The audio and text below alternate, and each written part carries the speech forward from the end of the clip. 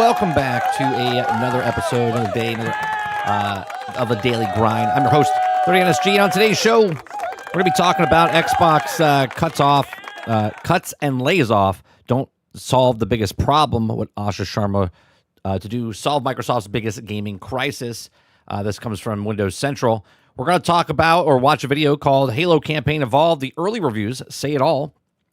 We're going to also read an article talking about id Software producer says you'll never get another WoW or Morrowind in the current climate in the wake of Xbox layoffs. And then we're also going to talk about Sony starting down a $457 million lawsuit as disk deletion decision lingers. If you guys like what I do, we do this Monday through Thursday from 10 o'clock in the morning till noon Eastern. We just cover news stories, watch videos, give you my thoughts and opinions, and get your thoughts and opinions as well. What's going on, chat? Let me see who's all here. All turn, good morning. Aku, good morning. Jesse Mack, Wonder Rose, Roic, good morning, everybody. If you're coming in the chat, you want to say hi, say hi. If not, you can lurk in the background. I do appreciate you, every single one of you. If you're here for 1 second, 1 minute, or 1 hour, I do appreciate you very much. We're going to start off, usually we start off with whatever the thumbnail is. The thumbnail is about Halo, but there's other, I think I want to do a story first, and then we'll go into like the Halo stuff. So we'll start off with the Sony starting down the $457 million lawsuit here. Okay. It says Sony's starting down a $457 million lawsuit as disk deletion decision lingers. If you guys like what I do, we do this Monday through Thursday from 10 o'clock in the morning till noon Eastern. If this is your first time here, I read the article. I'll give you my thoughts and opinions, and we get your thoughts and opinions with chat after that. So I do appreciate you. If you want your chat to be read out loud, guaranteed, you can do the super chat. There's a link in the description to use the TTS description. If not, you can just talk in chat, and if I pick your stream or pick your name, we'll have a conversation. All right, so it was recently discovered that the Dutch consumer group had filed a massive lawsuit against Sony and aligned perfectly with the tech Titan's recent decision to scrap physical production on new PlayStation games from January of 2028. Okay, no more discs will be printed in the games released after January 2028, and revelations that also threw the gaming industry into disarray. Now, the group stitching, how do you say that? Massachusetts Consument claims to have filed a lawsuit on behalf of a whopping $7 million Dutch PlayStation users and seeking $457 million in damages for exorbitant prices of the PlayStation Store. This wouldn't be the first time such a succeed against Sony if they were also to go all the way. Before going any further, though, we're getting this from Insider Gamer. If you want like their site, click on their site and do the things. Sony's lawsuit is the latest in the no disc saga. So it's been about 2 weeks. It's a little shy of 2 weeks. A couple of weeks ago, Sony stood up and announced it would no longer be printing discs for new PlayStation games launched after January 2028, prompting many of those to lose their minds in social circles everywhere. Folks denounced PlayStation, canceled their subscriptions, and even fed their PlayStation 5 console into a crushing machine. Really? I didn't see that one. I mean, look, don't get me wrong. I have no problem not partaking in people's business anymore. But if you already have the box, you know what I mean? I don't think you have to crushing machine. I mean, do you. I mean, I could have sold it. You know what I mean? You could have done a bunch of different things, but fantastic. I hope he recorded it. I hope he recorded it and made some monetization off that. Now, as a consumer group in the Netherlands has filed a staggering lawsuit against Sony, stating that the company's store commission should or could push prices higher than ever before, leaning into the topic of monopolization yet again. A lot of people don't see this, right? They just assume because right now they're like, oh yeah, they have sales all the time. You can still buy your stuff. Yes, and you can buy games from Target and Walmart and Best Buy and all this stuff. But if they go digital, you will not have that option anymore. And I don't think a lot of people understand that, right? And they're like, well, Steam does it. And it's not about the digital itself, okay? It's about the physical and digital, and there's multiple stores that you can buy them from on the PC. When you're on Sony, when you're on Xbox, Xbox, you can't even put it in the conversation because you can buy it on PC or you can buy it on the console. Once it's on Sony, it's only on Sony, right? Once they go all digital, Nintendo would be the same thing if you couldn't buy it in a box store, okay? So it says, longer. It says a couple weeks. Or I got that right. Now, customer group in Netherlands has filed a staggering lawsuit, and the lawsuit is also invites comers to join in. Okay, it says also you're paying too much for PlayStation games. It's worth pointing out that the lawsuit was kicked off in the earnest last year when Stitching Consumer formally summoned Sony to appear in court in the Netherlands.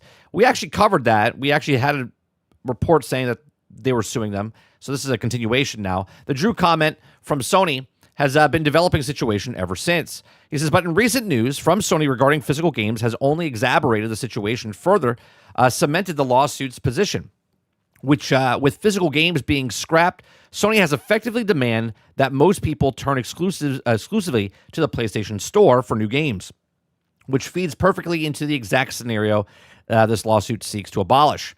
If you happen to be in the Netherlands, you can learn how to enter this class action lawsuit and seek compensation here. All right. So this is the problem. A lot of people, right? And again, a lot of people come in here and they'll protect digital games for some reason. And again, I'm not against digital games. There's certain games I'll buy digital. There's certain games I'll buy physical. It's in my opinion, it's about the choice. Okay. Let's go on, Ginger Prime. It's about the choice of being able to buy physical and digital, right? I'm not saying that you shouldn't be able to buy digital, but people that are buying digital are saying we shouldn't be able to buy physical, which is just ridiculous, okay? Physical media grounds everybody for competition, right? I've said this multiple times now in multiple streams, but I'm going to keep saying it because a lot of people don't understand. So we're going to say it again. Because Best Buy, Walmart, Target, and any other place that sells video games has physical media, okay, there's competition there because they have to compete against each other, and they're also competing with the actual company itself. Once that's gone, okay, and the people that are on PlayStation for some reason keep bringing up Steam, and they're like, well, Steam is digital. It's not digital. You can buy on Steam, GOG, right? You can buy on Epic. You can buy on Windows. There's multiple stores. So if you take all those stores on the PC, it's like being Target, Walmart, Best Buy, and all the other places, right? If you just close it down, okay, on Sony, it's just Sony. It's just Sony. You can't buy it anywhere else, and that way they can then inflate the prices and whatnot, right? Now, if this is the world you want to live in, then just close the stream down. I don't care, right? You can go play your stuff, okay? You can go play your stuff and go on your happy little way. But I'm going to talk about this every single day, right? Every single day until something changes. It's just the way it is, okay? I hope they win this lawsuit in the Netherlands, okay? I hope there's like 3 or 4 lawsuits going on right now with Sony. As someone said, I think Altern said in the chat, I hope they lose every single one to make a choice, right? And then once this happens, right, there needs to be more rights for just gamers in general. Europe has rights. Other countries have rights. Yet we live in America, the greatest country, in my opinion, on planet Earth, and yet we have no rights, okay, customer rights when it comes to stuff like this. And they just keep pushing the envelope, taking a little bit more every single time this happens, and it's got to stop. We have to have laws put in place, but it has to put in place for digital and physical, not taking away physical as well. But these are just my thoughts. Let me know yours in the comments section down below. What do you guys think about this lawsuit? Do you think the Netherlands has something here? Let me know in the comments section. Let me know in the live chat. Please make sure you share, like, and subscribe. Let me get to chat and see what you guys are saying. What's going on, Mo? Jesse Max says, no worry, guys. It's Sony's lawsuit, just a feature. What's going on, Water Bear? What's going on, Jason? No, some people in here definitely don't get that. Oh, I know. And that's why we'll repeat ourselves over and over and over and over. Mo says, he told me to get the fuck out of the studio, and it hurt my feelings. Suck it up, Buttercup, you pussy. Peter Hines got folks scared and crying in that studio. Albania says, Halo will be a success. New kids never played it. Look, I hope you're correct, but the funny part is they can play it right now. Like, you can pick up an Xbox right now. You can play it on PC right now. It's not like it was gone and they couldn't play it, right? My son's one of those people. He just started playing Halo. We started playing Halo Reach about a month ago. We haven't gone back and played it again. but he started playing it for the first time, right? It's not like they're not taking the games away from you. Oh, wait, they are. I personally don't think, we'll get to it in a little bit, I don't think they needed to make a new Halo. I think they could have just pushed Halo again. I don't think they have to keep remaking the games that we've already played. Let's see. Dying Light new game is only digital. And you know what? Dying Light might be a dying light because that'll be less people buying the game. Just saying. Big Mo says, I've been physical since the Xbox. I've been physical since the Xbox One. But what Sony are doing is getting rid of choice. Fuck Sony. Jesse Max says the physical media has around since we even was born. Waterbear says, I wish them all the well in their lawsuit. If their Pocket Pair won against the lame Tendo, then there's a chance. That is true. And speaking of Pocket Pair, man, I'm addicted to that game. Last night, I don't know what happened. My whole computer crashed. You guys didn't see it on stream because I went back and looked. It like a translucent thing came up on the screen over Power World and was like, major error happened. I was like, oh shit, what is this? And then my whole computer just restarted. I was like, ooh, okay. It hasn't happened again, but now I'm worried.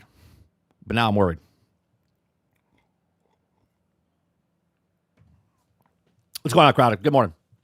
So I just heard that Elliot Page is playing the ghost of Achilles in the Odyssey. I'm sorry, but Nolan is trolling people at this point. You know, I don't have a problem as we go down the rabbit hole. Oh, where I land, I do not know. But here I fall down the rabbit's hole.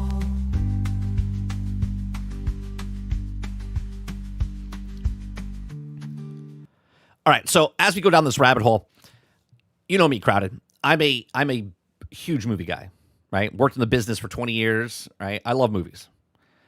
I don't have a problem with the artist, the director, taking a story and doing whatever he wants with it. Okay, I have no problem with that. Okay, I mean, even back in the day when they did Romeo and Juliet with Leonardo DiCaprio, was it Claire Danes? Was it Claire Danes? You know, and they did like the musical type of stuff where I have no issue with any of that, where they kind of modernize it or whatever. What I have a problem with is when they preach to you and they tell you you're wrong because you don't like it. That is my issue with all of this stuff going across the board. I have no problem if the artist wants to make something in their own vision. Cool. Okay. But when the actors come out and other people start coming out and they tell you that you're the problem, it's like, bro, you make what you want. And if your thing doesn't intrigue me in any way, shape, or form, this goes across the board, not just for Nolan's film, right? You show a trailer, you show a commercial, I look at that thing and go, doesn't sell me. That's not on me. That's on you for not creating something that looks appealing to the masses. Now, Nolan's got a huge fan base, right? He makes great movies, in my opinion. Some of them hit, some of them don't, okay? But at least he's doing what he wants to do. Now it's the actors and stuff that fucking ruin it afterwards by saying stupid things. Let's see here. The original Zyber Sword, welcome, says, good morning. Sony in control of everything is bad for everyone. It will be the lead to price increases and ad placement in the near future. Yes, and this is what we've been talking about for a long time. This is before even Sony said they're not getting rid of stuff. Just the way the corporations work and consolidation and them going digital and them going into cloud, right? Because that's the next step, right? Just wait for it, okay? Once it goes all digital, right, then it's all going to go into the cloud across the board. Albania says 30. Why do they stop giving disk drives purpose? Why drop it and make them install HDD machines? PlayStation 3 did both. Why not continue it? Why fans accept discs install gaming consoles? The reason they stop it is because, wait for it. Are you ready? Hold on. Here it comes. Greed. Okay, that's it. They just want to make more money per thing. Now, you're thinking to yourself, well, they can make more money by selling the disk drive, which they probably will, but it also costs them money to make that disk drive. And they would rather not even have that option, because if they give that option, that takes it longer for them to increase their profit margins, okay, which is, making 90% to 100% of all profits on every single piece of video game. Waterbear says Halo campaign involved looks good. We're going to watch a video in just a second from Open World Games that you posted.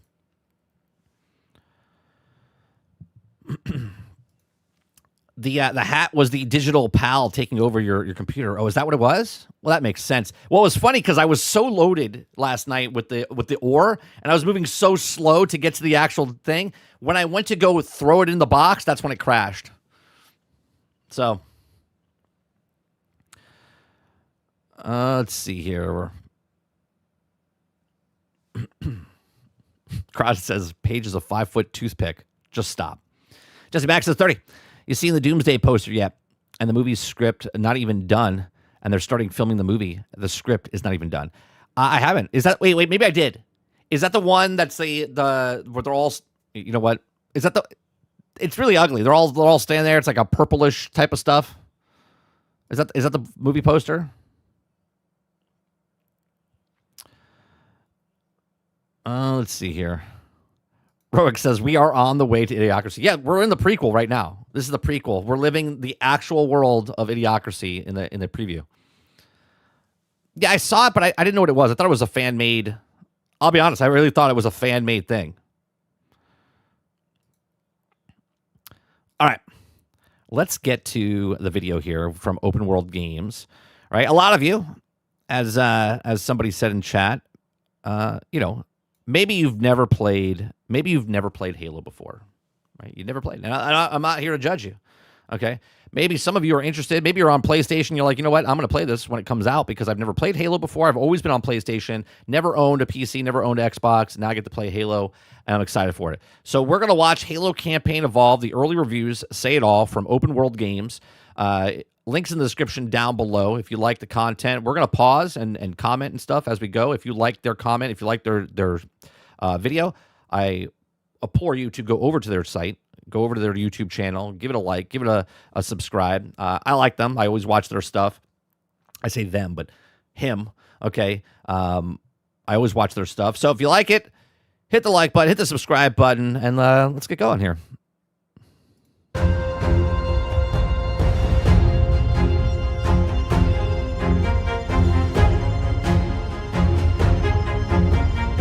Well, Halo fans, we finally reached that point after months of speculation, gameplay reveals, developer interviews, and plenty of debates online. People have finally... You know what's funny when you look at this? Tell me if you guys feel the same way. When you guys played Halo back in 2001, right, for the very first time, and you see these graphics, right? You see these graphics. That's what you pictured in your head the entire time, isn't it? Like you pictured that when you were younger. If you were in your 20s and your teenagers, maybe you're even younger, right? And you played Halo for the first time, you're like, man, those graphics in your head right now, when you think about it, look like this, even though they didn't look anywhere near that. Anywhere near that.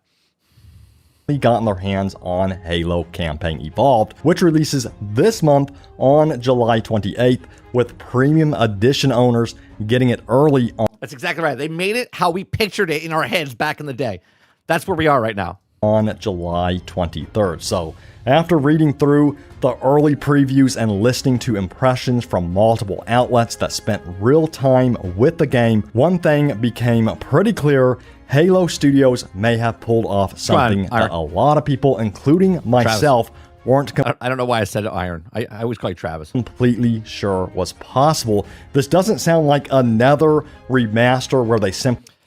I'll be honest. Oh, give me 1 second. Sorry, thought someone was pulling up. The problem with I played with Mo. I played with Aku. I think it was Water too. We played one night, and we played Halo Infinite. I know Mo was there. I know Aku was there. I don't know if I ever played with you during Halo. Right? We played Halo Infinite, and when we played Halo Infinite, okay, we were playing and we played the whole. I'll be honest. Did we beat the campaign? I think we beat the campaign. But it was just I don't hate it, but it was just kind of whatever. It wasn't what I remember Halo as. I mean, I loved Halo. Halo Infinite was just like this going through the motions. Do you know what I mean? Do you know what I mean? Just going through the motions. Crank up the resolution, throw in better lighting, and then just call it a day. It also doesn't sound like they're trying to reinvent Halo into something it never was. So instead, almost every journalist and content creator that got their hands on the game came back to the same conclusion. This feels like Halo Combat Evolved, just rebuilt with 25 years of experience behind it from a studio that is trying to start fresh again under the name Halo Studios. And if this starting point is any indication, the future is looking very promising indeed. Now, that doesn't mean everyone agrees on everything when it comes to this particular remake of Halo. There are definitely some concerns here we'll get into later in the video. So today, we're breaking down what journalists and content creators loved, what surprised them, the biggest gameplay changes, the new content, and whether Halo Campaign Evolved is shaping. Well, back in the day, Roic, they literally tried to make Infinite into Destiny. They literally tried to make Infinite into Destiny. They didn't do it, so they scrapped the entire plans. Then they were going to, continue doing it like a live service game, and they were like, this is terrible. And remember, they blamed Battlefield for this. They blamed Battlefield for this, which was the hilarious part. Up to be the remake fans have wanted for years. So let's jump into the video and talk about Halo Campaign Evolved, shall we?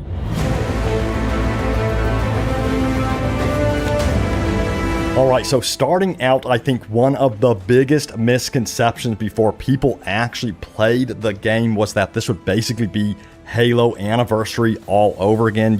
Same campaign, sharper textures, maybe prettier cutscenes, and then ship the game and then be done with it. Now, that really doesn't seem to be what Halo Studios is trying to build here, obviously. Yes. Look, say what you want, but I know most of you will disagree with me. This is minimal viable product. This is minimal viable product. This is what can we do, the bare minimum, to try to get the biggest output. Well, let's just do Halo again. Let's just redo Halo, make it prettier and whatnot, right? This is minimal viable product at its finest. The original campaign is still the foundation of the game. You're still experiencing that original iconic Halo story. After all, nobody wants the original story of Halo touched or changed in any way. That would be the equivalent of someone ripping pages from some ancient text. And this is to say it does not look good. It looks good. Visually, it looks good. But we're in 2026. Why do I need to play this game? Okay, when I can already go play the game that's already there. Do you know what I mean? I get it. People have never played it before. But you can go play the Halo collection right now, which is an upgraded version from the original. Simply rewriting it. Nobody wants that. So the good news is that the iconic missions are still there. The legendary encounters are still there. But nearly every early hands-on describes this as a modern reconstruction instead of just a visual facelift. So the game... This is Microsoft. Okay. This is Microsoft using Unreal Engine for the first time, right? Because that's what they're using. And now we already heard that the next Fallout game, okay, they're using that as well. They're using Unreal Engine for the next Fallout. Just saying. Has been rebuilt in Unreal Engine 5, as you probably know, bringing modern lighting, vastly more detailed environments, updated cinematics, refined controls, and a long list of gameplay improvements, while intentionally preserving the feel of the original Combat Evolved. And that last part is very, very important because Halo fans are, let's just say, a very, very passionate group of fans, and rightfully so. Change too much, and people... Supposedly that's what's happening, Altern. Again, it's a rumor right now, but Altern's saying next Fallout, Unreal. Yeah, so supposedly that they're going to make the next Fallout game in the Unreal because it's just easier to work with. It's faster to work with. They can push the game out faster, right? That's why it's all hands on deck on the main IPs. Microsoft is looking towards Unreal Engine. Obviously, this was a testing ground for Halo. If this does good, or does good returns, I should say, based on how long it took them to make this version of this, just the campaign, then they'll move forward with the rest of it. You know what I mean? I mean, we'll see. Will ask why you even called it Halo, change too little, and people will wonder why. The problem, though, Jason, when you say it's better, it's still better than the Bethesda engine. I love the creation engine for what Bethesda does. Just what you can do. We've had this conversation before. Just the things that you can do. And I know people are like, well, how many people put books and potatoes in a room and whatever? It's what the creation engine does, right? That's not the bad part about Bethesda. That's the good part about Bethesda. The bad part about Bethesda is it takes them so long to do stuff, and it's just not as pretty as other engines. But that is the core of what Bethesda games are. The remake even exists in the first place. So that's definitely a tough line to walk, and the early impressions suggest Halo Studios understood exactly what needed to stay the same and where they had room to improve. Now, I will say that... Wouldn't that be funny? Wouldn't that be funny, Mo? Phil Spencer buys the other companies. It's an unnamed suitor buys it. And then it puts them underneath the thing. That'd be fucking hilarious. One thing that really stood out while reading through these previews and early reviews was how often people talked about the sandbox experience. That's always been an important part of Halo, obviously, and we all know that the original Combat Evolved was clearly loved because of its rich storytelling and memorable campaign, but it was also remembered because almost every fight played. I agree, Eclipse. I agree. Right? Everyone wants to use Unreal because it's just faster turnaround. You guys make fun of, a lot of people make fun of Creation Engine, but the Creation Engine, man, is the backbone of why you like Skyrim, is why you fell in love with Morrowind and Fallout from Bethesda. But now it's the bad thing, right? Because now you've played other games and played other engines, and you're like, well, this one's so outdated. But that's the thing. That's the personality of Bethesda, is the Creation Engine. Differently because of this sandbox experience. Sometimes you'd hijack a ghost, sometimes you'd steal a banshee, and then sometimes you'd run out of ammo and end up grabbing Covenant weapons just to survive. So those little unscripted moments are what made Halo. Yeah, it feels good. Bethesda's issue is not with the engine, it's with the writing. And 1,000 planets. Starfield would have been such a better game if you just got rid of 990 planets. If you just hang on to the 10 planets and custom made the 10 planets instead of procedurally generating 990 other planets, it would have been a much better game. Feel different from so many other shooters, even though technically back then there weren't that many to choose from anyway. But through the years, it has truly withstood the test of time because of this sandbox experience. And according to Xbox Wire's hands-on preview, that same philosophy is still front and center in this remake. But it should be even better than before. Oh, you know what I just thought of? I know they're two completely separate companies.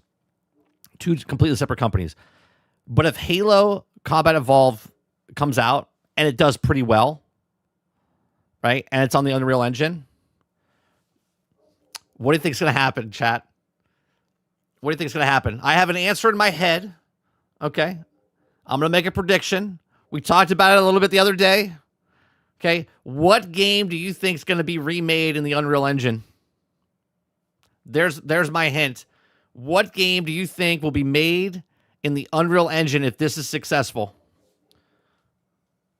Come on, let me see your guesses out there. Right? Two separate companies, both wanted to use the Unreal Engine. There was rumors about it in the past, by the way. That's right, Roic. Ding, ding, ding. The number one answer on the board is Destiny. That's right, Destiny 1 Remake in the Unreal Engine. I can see it happening. I can see it happening. Environments are larger, enemy encounters have been reworked, combat spaces have been adjusted, but the freedom to solve encounters your own way is still the main focus, and that's exactly what Halo needed. There are plenty of shooters that try to impress you with giant scripted moments. Halo has always had this, but it's always been its best when it simply hands you the tools and says, figure it out. And one of the most interesting details from these hands-on gameplay sessions comes from Assault on the Control Room. If you've ever played the original Halo, you probably remember this specific mission. It's got snow, huge epic outdoor battles, and of course, the iconic Scorpion. Why? Because they could do it more cheaply, quickly and cheaply? Yes. Yes. And think about what they've done with Campaign Evolve, right? One, it's not an open world game like it was before. Like what I'm saying is, Halo's not a Destiny, because Destiny's open world type of stuff. But if they could just focus on Unreal Engine and just focusing on the campaign, no multiplayer type of stuff, and Sony needs something turnaround fast with an IP, they could remake Destiny, make it easier because of Unreal Engine, and they could take away all the fluff and bloat afterwards with the PvP and stuff like that, and they can just focus on a single player, which we've talked about, which if Sony wants to continue Destiny moving on, that they probably wouldn't make a live service type of game. They would keep the Destiny IP and just focus on single player. What about if they turn Destiny 1 into just a single player game, like just a story-driven game instead of constantly online doing stuff, right? Tank, and way more hallways than anyone could remember. And depending on who you ask, this mission is one of the most iconic levels in the series, but it's also one of the longest. So instead of copying it room for room, Halo Studios Travis says, rumor is Gearbox is going to be asked to do Destiny 1. Wait a minute. I thought it was Destiny. Bungie was working on a Borderlands. Take-Two is going to work on a Destiny? I didn't read the article. So I'll have to look into that. Actually reworked sections of this mission. Certain combat spaces have been reshaped. Some of the repetitive interior layouts have been trimmed or rearranged to better fit modern standards. And despite those changes, reviewers are consistently saying it feels unmistakably like Assault on the Control Room. And that's probably one of the biggest compliments you can give a remake. It feels familiar without feeling too identical, because if every hallway was copied exactly the same, veteran Halo players would already know every fight before it even started. Instead, in this particular instance, even experienced players are finding little surprises here and there, and I think that's going to make this remake feel a little bit more fresh to players that have played this game so many times. And here's yet another improvement that caught the attention of PC Gamer during their hands-on preview. One feature PC Gamer specifically highlighted was the ability to swap. This comes out at the end of this month, doesn't it? Up weapons with Marines. That's actually something you couldn't do in the original Halo Combat Evolved. It wasn't introduced until Halo 2.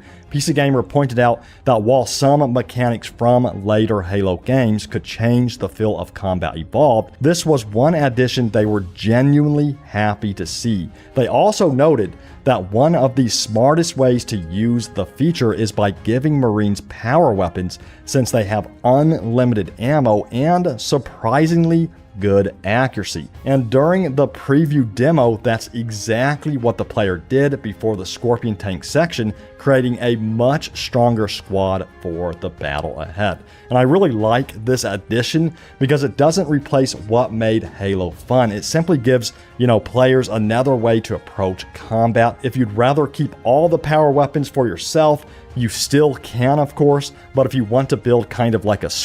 Is there physical copies of this? Or is it just digital? Just wondering. Squad that's carrying sniper rifles, rocket launchers, and other heavy weapons, Now that's an option too. Now let's talk about what might be the biggest addition to the entire game, Operation Meteorite. When Halo Studios first announced there would be brand new missions, I think a lot of us had the same reaction. We were like, okay, but are these missions actually going to matter? Because we've seen this before in other remakes. Sometimes bonus missions are fun for an hour or two, but they don't really leave much of an impression. They're there to kind of check all of the marketing boxes more than anything else. And from everything we've seen in this case so far, I think Operation Meteorite feels much. Did he put that line in there and edit to the case, or is that just coincidentally? Right? He says in this case, and then it cuts to a guy carrying a case. Seen in this case so far, I think Operation. Was that just by accident, or do you think he edited it that way? Maybe I'm just noticing it. Meteorite feels much more ambitious than that. Rather than being tucked into the middle of the original campaign, these 3 new missions take place 1 year before the events of Halo Combat Evolved. You'll be fighting alongside Sergeant Johnson as... Yeah, I know, Jesse. That's why I'm saying they're going to be using the Unreal Engine for the next Fallout game. Master Chief takes part in a clandestine UNSC operation aboard a Covenant vessel. Halo... And listen here. Bethesda hasn't lost their IP. Bethesda got bought out by Microsoft for $7 billion. Bethesda and ZeniMax is Microsoft. If Microsoft wants to take whatever IP they have and give it to somebody else, they're allowed to do that. They bought the company. The company no longer technically exists unless they get sold off or bought to by somebody else. ZeniMax Bethesda is Microsoft. Microsoft has every right to take any IP away from any studio to give it to another studio because they paid a shit ton of money for it. Just saying. Studio says what begins as a simple smash and grab mission quickly becomes something much more complicated as the team encounters more than they bargained for. Sounds pretty awesome indeed. I also like that Halo Studios didn't try to squeeze these missions into the middle of the original campaign. That could have disrupted one of gaming's most iconic stories. So, like, what are you going to tell me? Right? You're going to tell me I paid $7.2 billion for your company, and I'm not allowed to take that IP and give it to somebody else? Get the fuck out of here. If Todd walked up to Asha and was like, well, you can't do that. She's like, all right, you're fired. That's how that works. That's how that works. What do you mean I can't? I can. I'm your boss. We bought you. You have nothing, and you're going to like it. By making... Todd, we want to make money here. And you've been sitting on this franchise for quite too long. We got a hit TV series in season 2, now filming season 3. We have a studio that made a better Fallout game than you, and you won't give it to them. Well, guess what?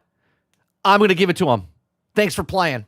Operation Meteorite, a standalone prequel, the developers have room to tell a brand new story while still letting the original campaign stand on its own. So a very smart move by Halo Studios to do this. Another feature that's getting quite a bit of attention is the brand new third-person mode. Now, don't worry, Halo... I don't know if I like third-person mode, and I'm a guy that loves games that put third-person, first-person. Like, this is weird. This is like looking at Fortnite right now, right? Going third person in Halo is kind of weird, man. Campaign Evolved is still a first-person game by default, and third-person is completely optional and is enabled through the new perspective skull, giving players a fresh way to experience classic missions like the Silent Cartographer. And GameSpot said it looked surprisingly natural in action, offering a completely different perspective on... No, it looks good. It looks good. It's just weird. Come on. 25 years of watching first-person Halo, seeing him in third person is like an out-of-body experience right now. Encounters that long-time Halo fans know by heart. Now, this also ties into the new campaign remix mode, which lets you replay missions with up to 42 gameplay modifying skulls. So whether you're playing in third-person mode, randomizing weapons and enemies, or stacking multiple skulls together. You know where I stand, Water. I love games. I think I've said this many times. I think first-person shooters should be able to go third-person, right? I love that you could go Star Wars Battlefront 2 is my favorite because you could go first-person, third-person, or you go left shoulder or right shoulder. That should be like default in a lot of things, right? Then you can make servers, if you're playing a first-person shooter game, third-person lobbies, first-person lobbies, type of stuff like that, right? Give more options for people to play. For pure chaos, it looks like Halo Studios is putting a much bigger emphasis on replayability than the original campaign ever had. So, third-person mode, the additional skulls, and this whole campaign remix mode sound awesome. Now, another theme that kept coming up during the hands-on gameplay is just how much the sandbox has grown compared to the original game. As you guys know, Halo has Crowder, I'm not against it in any way, shape, or form. It's just awkward. It's like if you saw, right? It's like if you saw the teacher in Peanuts. I know I'm dating myself here, but you never see the grown-ups in Peanuts. You always hear wah, wah, wah, wah, wah, wah. Like your whole existence is you've never seen these people. And then all of a sudden now you see them. You'll be like, what the fuck?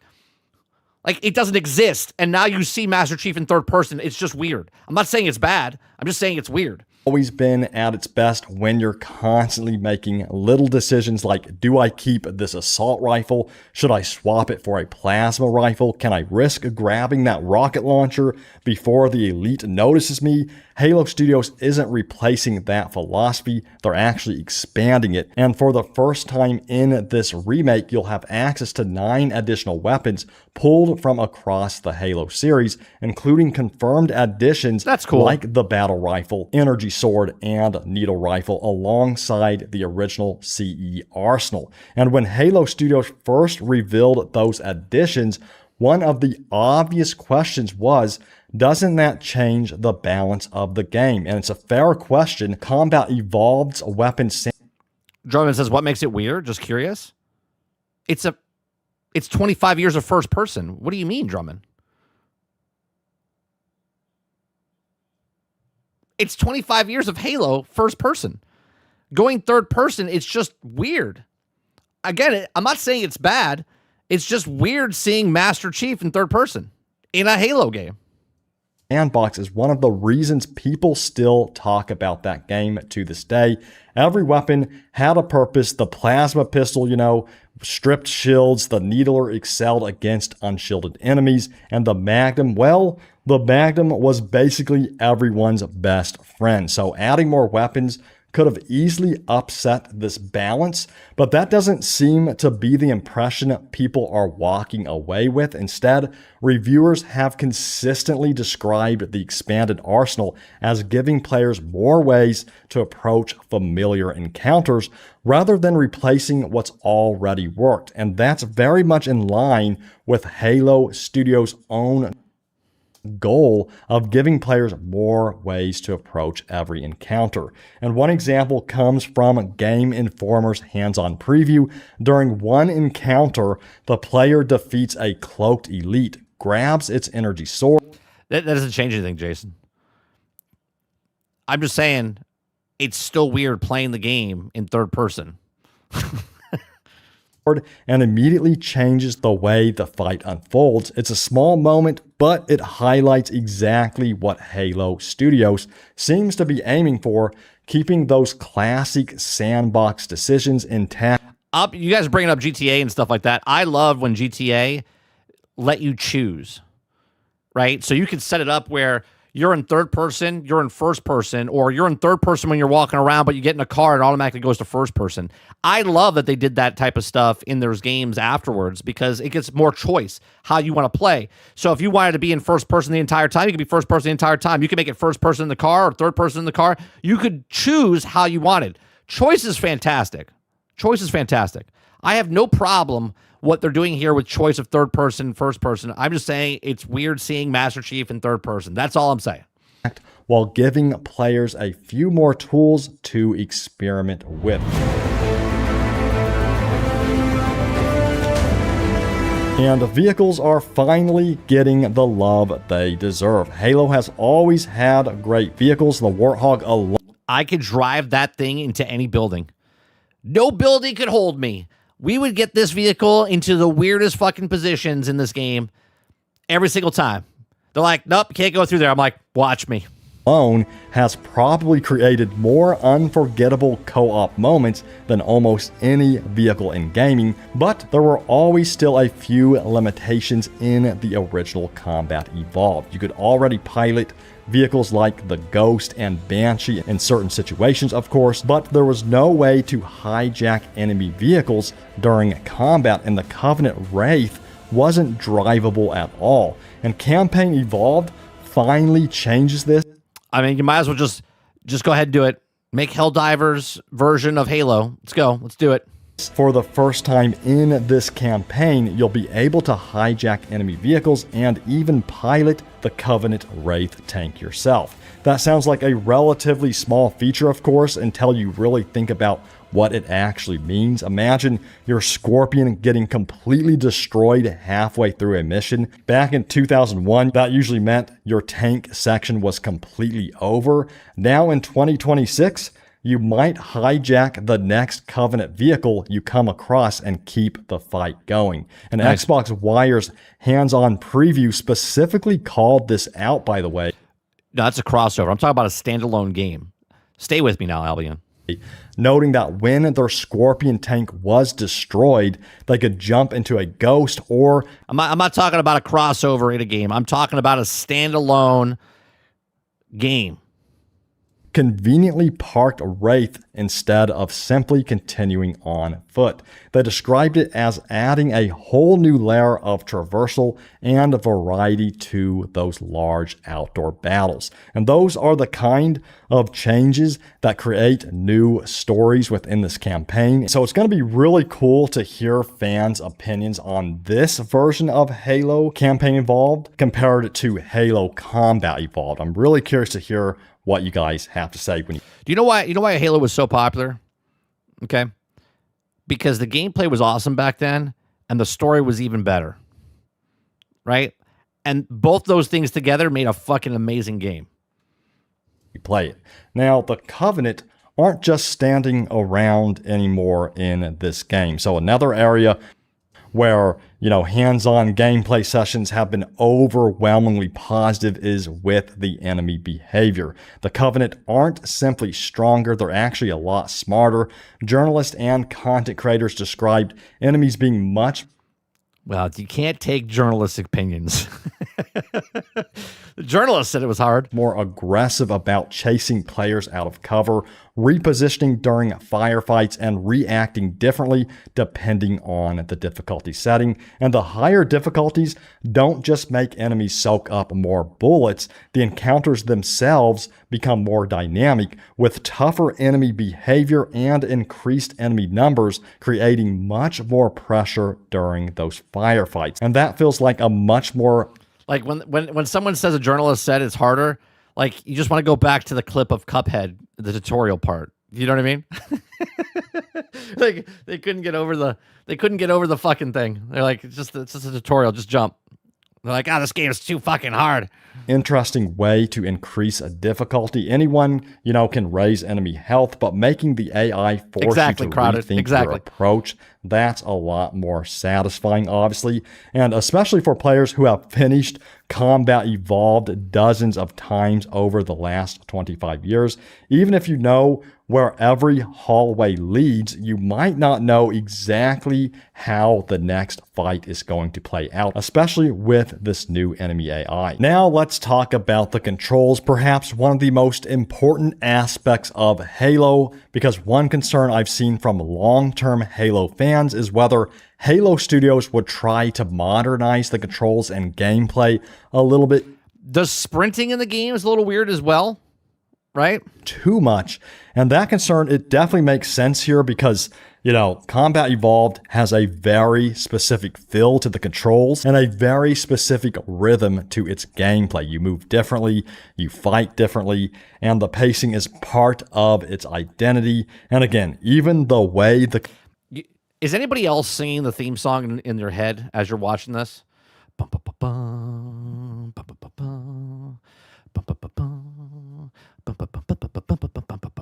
Like Every time you see Halo, it just automatically just goes in your head.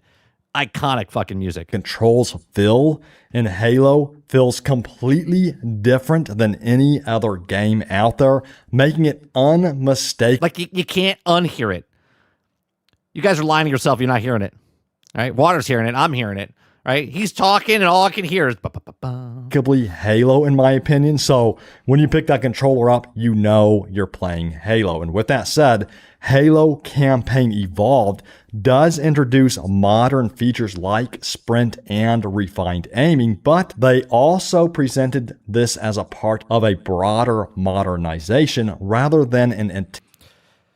Here's the real question: does this sell better? Does the remake sell better than Marathon? Attempt to transform Halo into a completely different shooter. And so far, the good news is that reviewers seem to agree that the core feel of Halo is still intact. Thank goodness. And people aren't walking away, saying this feels like another game. They're instead walking away. That's gotta hurt if you're Bungie. You're like, look at this fucking shit. Right? This comes out and it sells way more. Right? Way more than Marathon. They're like, fucking that's what we used to be. It's what we used to be. They beat us with our own game, god damn it. Saying this feels like Halo, just smoother.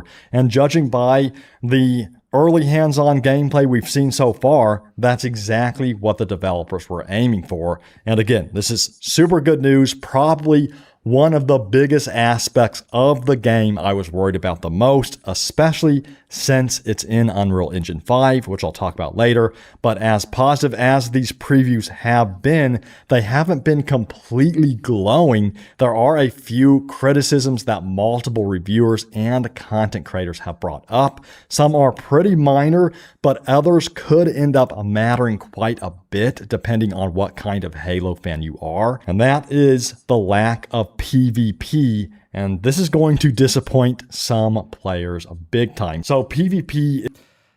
Well, let's be honest now. They don't want you to play PvP in this game because they want you to play PvP in Halo Infinite. I mean, come on.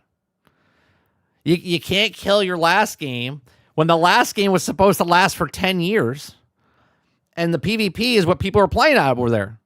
You can't bring PvP in this. It destroys what that game is, because then no one will go play that game. Is what's missing entirely from this game. Unfortunately, there is not a brand new competitive multiplayer mode attached to this remake, hence the name Halo Campaign Evolved. And Halo Studios has said the goal was to focus all of their effort on rebuilding the campaign experience. What they're actually saying in corporate terms, let me translate for you. We're making a minimal viable product where we're just doing the campaign. And if this works, then we're going to redo all of the Halo campaigns in the Unreal Engine 5 because it's easier and cheaper to work with. And we don't need 10,000 people to work on a video game. And then if this works, then this will be the new trend throughout the industry. Rather than splitting resources between campaign and PvP. And I do respect that decision from I believe it's $50. I think it's $50. I think someone set it up earlier in chat. Development standpoint. I mean, rebuilding one of the most beloved campaigns in gaming is already a massive project, of course. Trying to remake Halo CE multiplayer at the same time would have been an entirely different challenge. But with that said, there's no question that some fans, including myself, were hoping this would become the definitive version of Halo Combat Evolved, which would include multiplayer, of course. And, I'm actually quite disappointed once again that we are not getting any multiplayer whatsoever in this. Here's a different example. Look at what Hogwarts Legacy did, right? Hogwarts Legacy didn't put Quidditch in the game. They made a separate Quidditch game that had nothing to do with Hogwarts Legacy, right? This is what companies do because they're trying to go, oh, well, you like this? Well, they're going to. They don't want to put everything in one-stop shop here. They want you to go other places, right? This is planned by design. but there have been rumors building that Microsoft is positioning Halo Studios so that they can build a new Halo multiplayer game. Amazing. In the near future, but let's hope that this multiplayer game arrives sooner than later, because it's been, nearly 5 years since we got the last multiplayer experience through Halo Infinite. And another thing that some people are worried about is people still have questions about Unreal Engine 5. This isn't something that reviewers have been hammering the game over though, but it does keep coming up in community discussions. Unreal Engine 5 has produced some incredible looking games. No, there's co-op. There's 4-player co-op in this. Of course, don't get me wrong, but as you guys know, it's also developed a reputation for I gotta rewind. What is he saying here? Discussions. Unreal Engine 5 has produced some incredible looking games, of course, don't get me wrong, but as you guys know, it's also developed a reputation for occasional performance issues depending on how it's used. And Digital Foundry and many fans have been watching closely to see how Campaign Evolved performs, especially because Halo has always been a series where responsiveness matters just as much as visuals. And so far, the preview build appears to be in good shape overall, but until players have access to the full release across every platform, it's still really too early to declare victory on the technical side. That's just one of those questions, that can only really be answered once millions of people are playing. But again, from the initial gameplay, it does look very, very good indeed. And, Unreal Engine 5, it has produced some phenomenal games. And, some games actually run very well on Unreal Engine 5. It really comes down to... I think it's co-op split screen 2, not 4 on one system. I think it's 4-player multiplayer, like co-op online. The development team and how they optimize the game. So guys, after everything we've seen and everything we've talked about today, are you excited for Halo Campaign Evolved? Me personally, no. Not saying anybody else can't be excited. I am not excited. Or are you still waiting to see more before making up your mind? Let me know in the comments down below. I'm definitely getting Halo Campaign Evolved. I cannot wait for this game. I personally think it looks spectacular, and I'm very, very excited for the future of Halo, and I really want to see a Halo multiplayer announcement in the near future. But if you enjoyed the video, guys, don't forget to leave a like. Me and Sarge will probably take a look at this. I don't know if we'll play through the whole campaign, but we'll probably play this on Shooting the Shit with Sarge because it's on Game Pass. So subscribe if you haven't already, and ring the bell so you don't miss any future Halo coverage by turning on the notifications. But I'll see you guys next time. Thanks for watching. Take care, and see you later. So there you go. Give it a like. Give it a sub. Go over to his channel, Open World Games. He covers a lot of stuff. He covers a lot of games. So go check that out. All right, now there was a story. Let me find the story. You guys wanted me to look at something in general. Did you guys post it in general? Did you guys put it in? Oh, you messaged me. Okay, hold on. That's the Bungie thing. Okay, we'll read that. And then there was another one that was talking about the Halo. Where is it? Is it this one?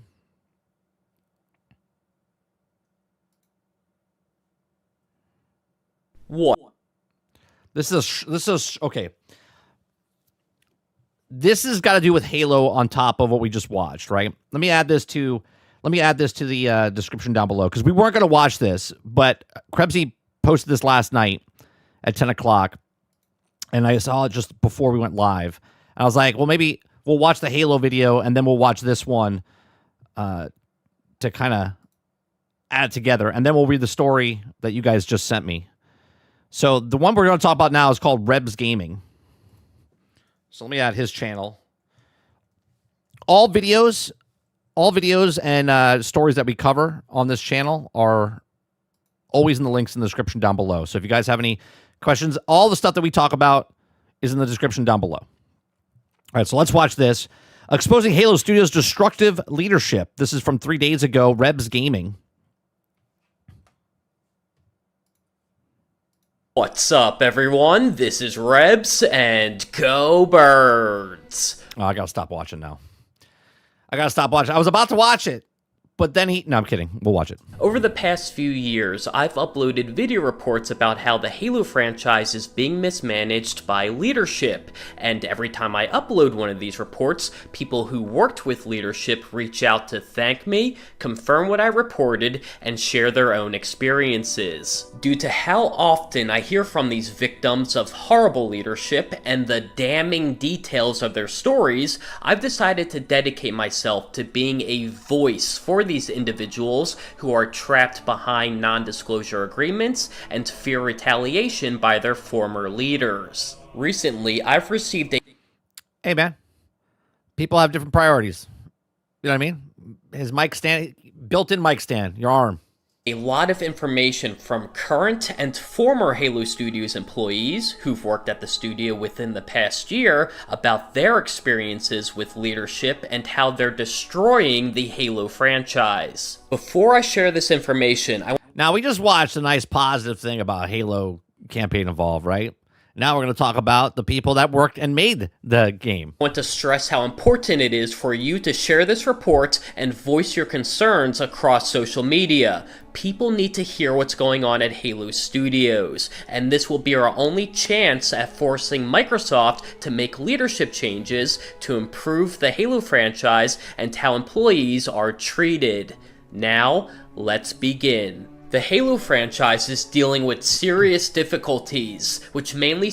Can I just say, these people were handpicked to work on Halo. They left 343 to make a brand new studio called Halo Studio and said, who wants to work on Halo? And everyone's like, oh, I'd like to work on Halo. What do we make in Halo? We make Halo. Oh, okay. Well, there's rumors before he even gets into this. I don't know what he's about to say, but there's rumors that they've outsourced Halo to other companies than the Halo studio. Maybe this is the reason why.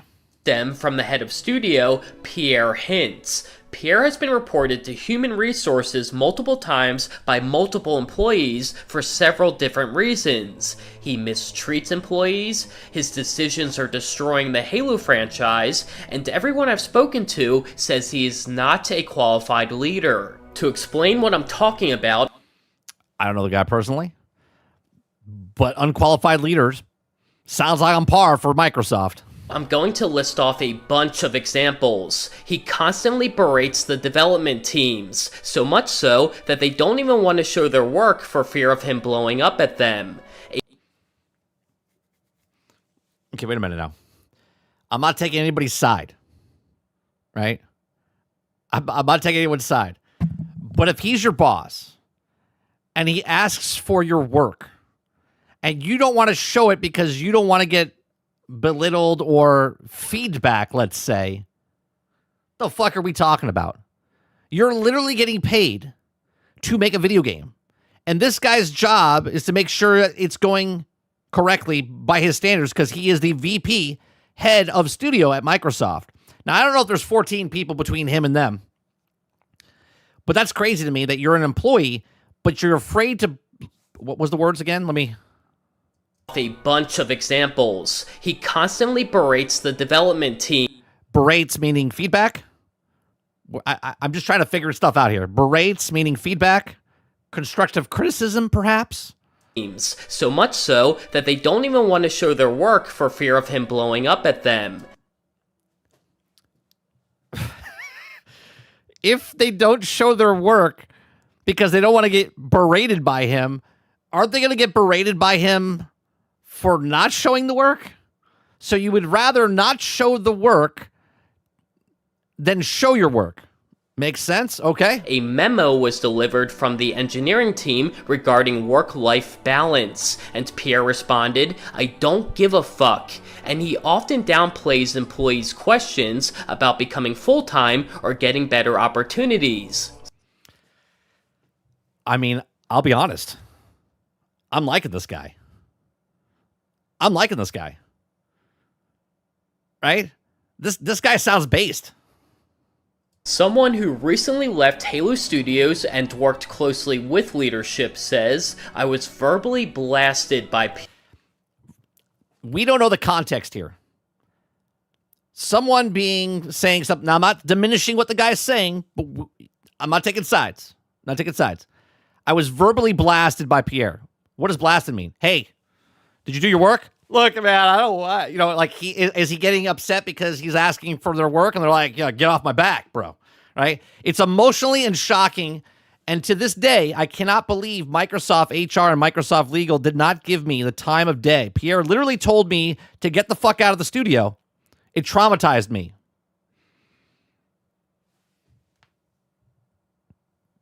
You guys are either leaning one side or the other, right? Leaning one side or the other.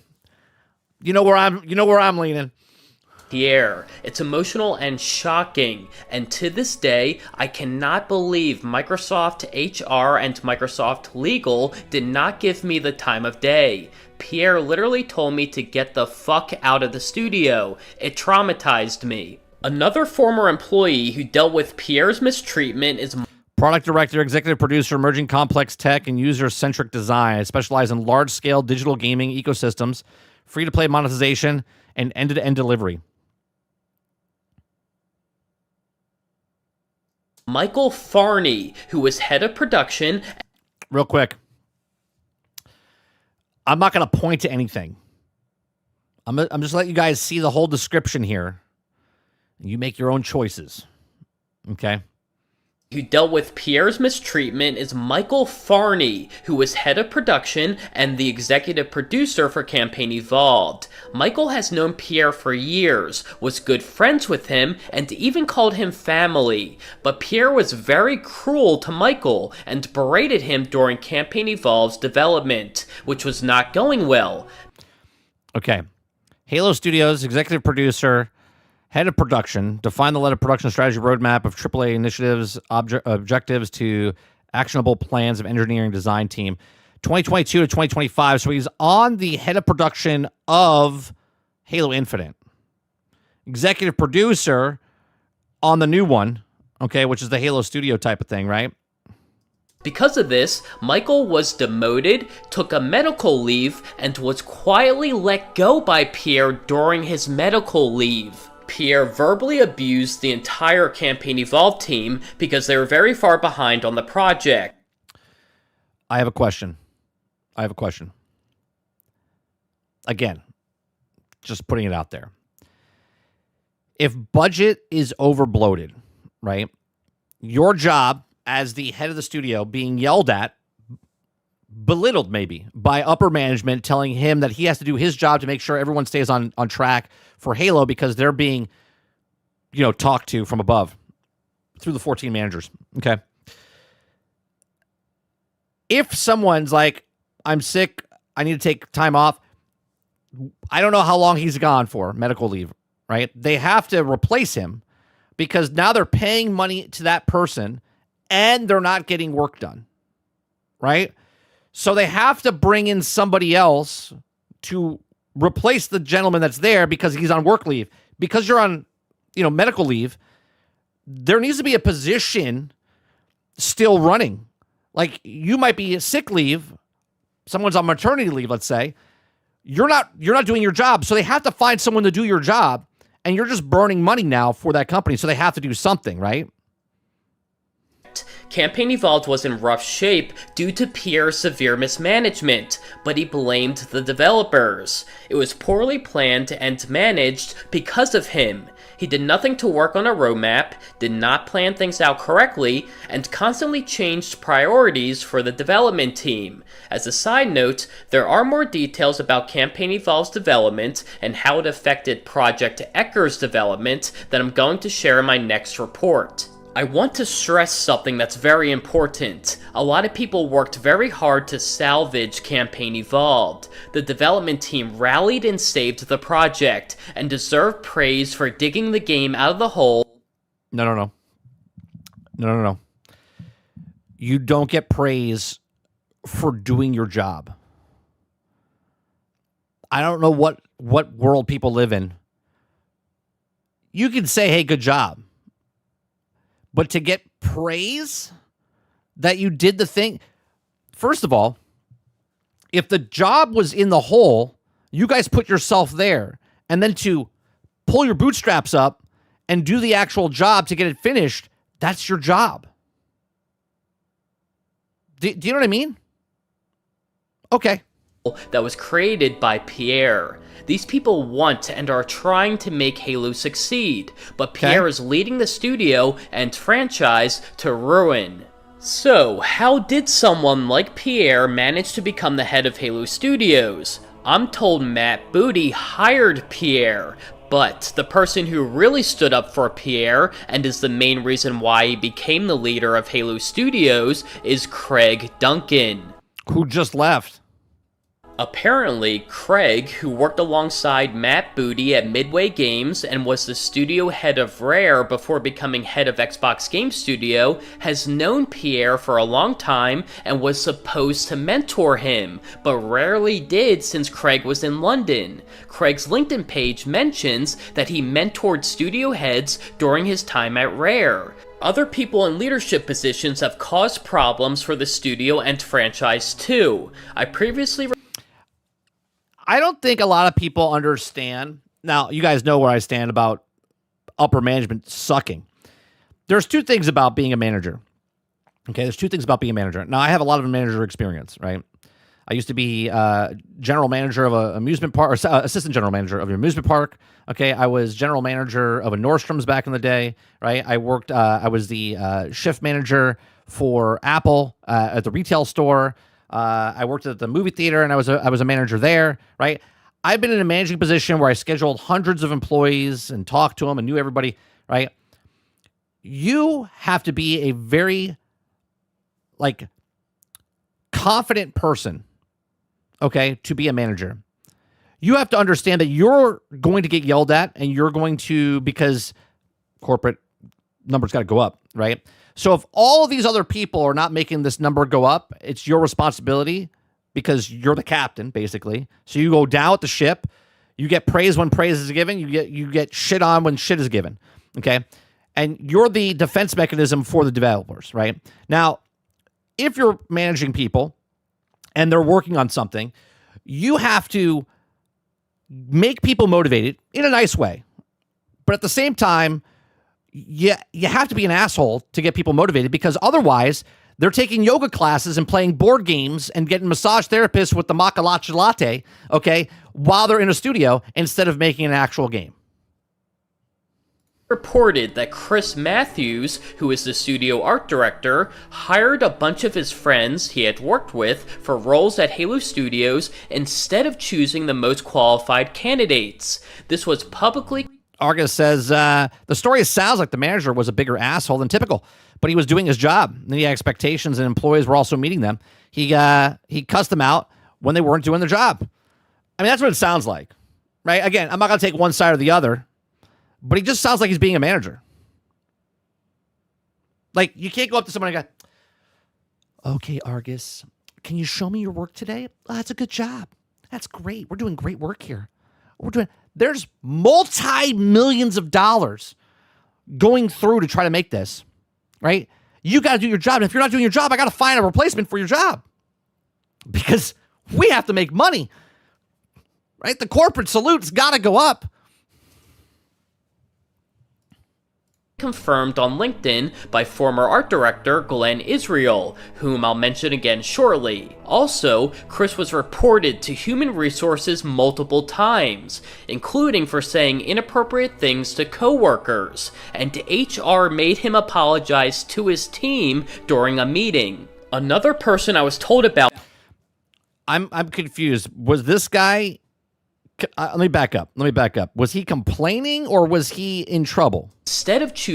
All right, let me back up here. A bunch of his friends he had worked with for roles at Halo Studios instead of choosing the most qualified candidates. This was publicly confirmed on LinkedIn by former art director Glenn Israel, whom I'll mention again shortly. Also, Chris was reported to Human Resources multiple times, including for saying inappropriate things to coworkers, and HR made him apologize to his team during a meeting. Another person I was told about is Halo Studios' Chief Operating Officer, Elizabeth Van Wyck. She's responsible for the studio's money and how it's spent. Okay. But someone who worked closely with leadership said she was always doing personal things, such as taking vacations. Okay. I can see why a lot of people are losing their jobs at Microsoft. Just saying. Instead of going to work and focusing on the Halo franchise. The last thing I wanted to Seems like a lot of people were just collecting checks, right? A lot of people were just collecting checks. discuss is a game developer report by Brian Francis, which includes information from Glenn Israel. Glenn offered a detailed account. Wait a minute. Former Xbox employee warns for potential retaliation and rumor impending layoffs. Past employee believes their layoffs were retaliatory and cautioned devs to protect themselves if mass layoffs loom. I'm thinking about this for a second. If you're not doing your job, right? Like you're not doing your job. It's not retaliatory because I'm firing you. I'm firing you because you're not doing your job. Francis, which includes information from Glenn Israel. Glenn offered a detailed account of his time at Halo Studios, noting that during one 9-month period, he simultaneously served in 3 director-level positions on 3 different projects. Xbox recognized him with a special service award for pulling triple duty. Despite that, because he went above and beyond doing the job, right? Okay. He was laid off from the studio in late 2025, with his separation agreement stating that his role of art director was no longer necessary. But a month after Glenn's departure, an artist was given his art director position. Glenn said a different Halo studio artist was promoted to the role of art director. Well, how much was he making? And how much was he doing? Now, I understand it did say, let me back up here. Israel offered a detailed account of his time at Xbox, noting that during one 9-month period, he simultaneously served in 3 director-level positions. Okay. On 3 different projects, Xbox recognized him with a special service award. So he got his award, right? He got his award that everyone wants to get for doing triple duty. Despite that, he was laid off from a studio. Again, here's the thing. Work is work, right? You got the award because you did the work, but then you also got let go. Now, we don't know why he got let go. This is his state. We're just reading it out of context. We don't really know the in between the lines, as what I'm saying, right? Him saying that, I did all these things, because this is him saying it, right? This is him saying it. So it'll be like, yeah, I did 3 different jobs over 9 months. I was running the show. I did all the things. Right? So it makes it sound like he's doing all this stuff. But we don't know all the underlying stuff that could have been problems. For instance, doing the job and then just doing the job is one thing, but doing the job and maybe bitching about it in the background to other employees. I'm doing 3 jobs. I'm doing this. I'm doing this guy's job. I'm doing that guy's job. We don't know if he was talking to other people and then it was also kind of tainting the morale inside the office to go up against people. Again, I'm just speculating. We only know one side of the story. We don't know both. This is why I'm not taking any sides. Just trying to give you a nice overview of what could be happening. Because if employees don't like their job or they're feeling overworked, underappreciated, hence why they give you a service award, right, to kind of show you.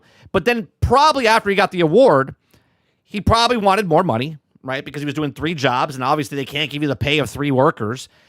Then he probably didn't get the raise that he wanted. Okay, so then he started probably bitching about it, and then they're like, you know what? Let's just replace him. That sucks. He did 3 things for us. Yeah, well, he's bitter now, right? Again, don't know. Just saying stuff. What's the appropriate things? We don't know that. What I would have done was to be like, hey, we really appreciate your work, okay? As a manager, I would also stay late and do stuff. So the person I asked also to stay late wouldn't have anything against me but going, well, I stayed and you didn't type of thing, right? So if I needed an employee to stay or work extra, I would also stay and work extra, okay? Because you're in it together type of thing, right? If you're going to ask an employee to go above and beyond, then you also have to sacrifice so they get the respect for you, okay? Now, again, I don't know if they did any of this. Now, let's say he's like, we know what you did for the last 9 months. We're going to give you here's an award. Maybe they gave him a bonus. Maybe they didn't. Have no idea. He's like, hey, can I get a raise? And they're like, yeah, no, there's no money in it to get a raise. And they're like, all right, well, I guess I'll do it. Now you didn't get the raise. And again, we don't know if you didn't get a raise or not. Don't know any of the story. I'm just giving you kind of examples of past history of myself that now you didn't get the raise. So now you asked for a raise. They said no. So now you have to work at the company that underappreciates you. And now, are you going to be okay with that?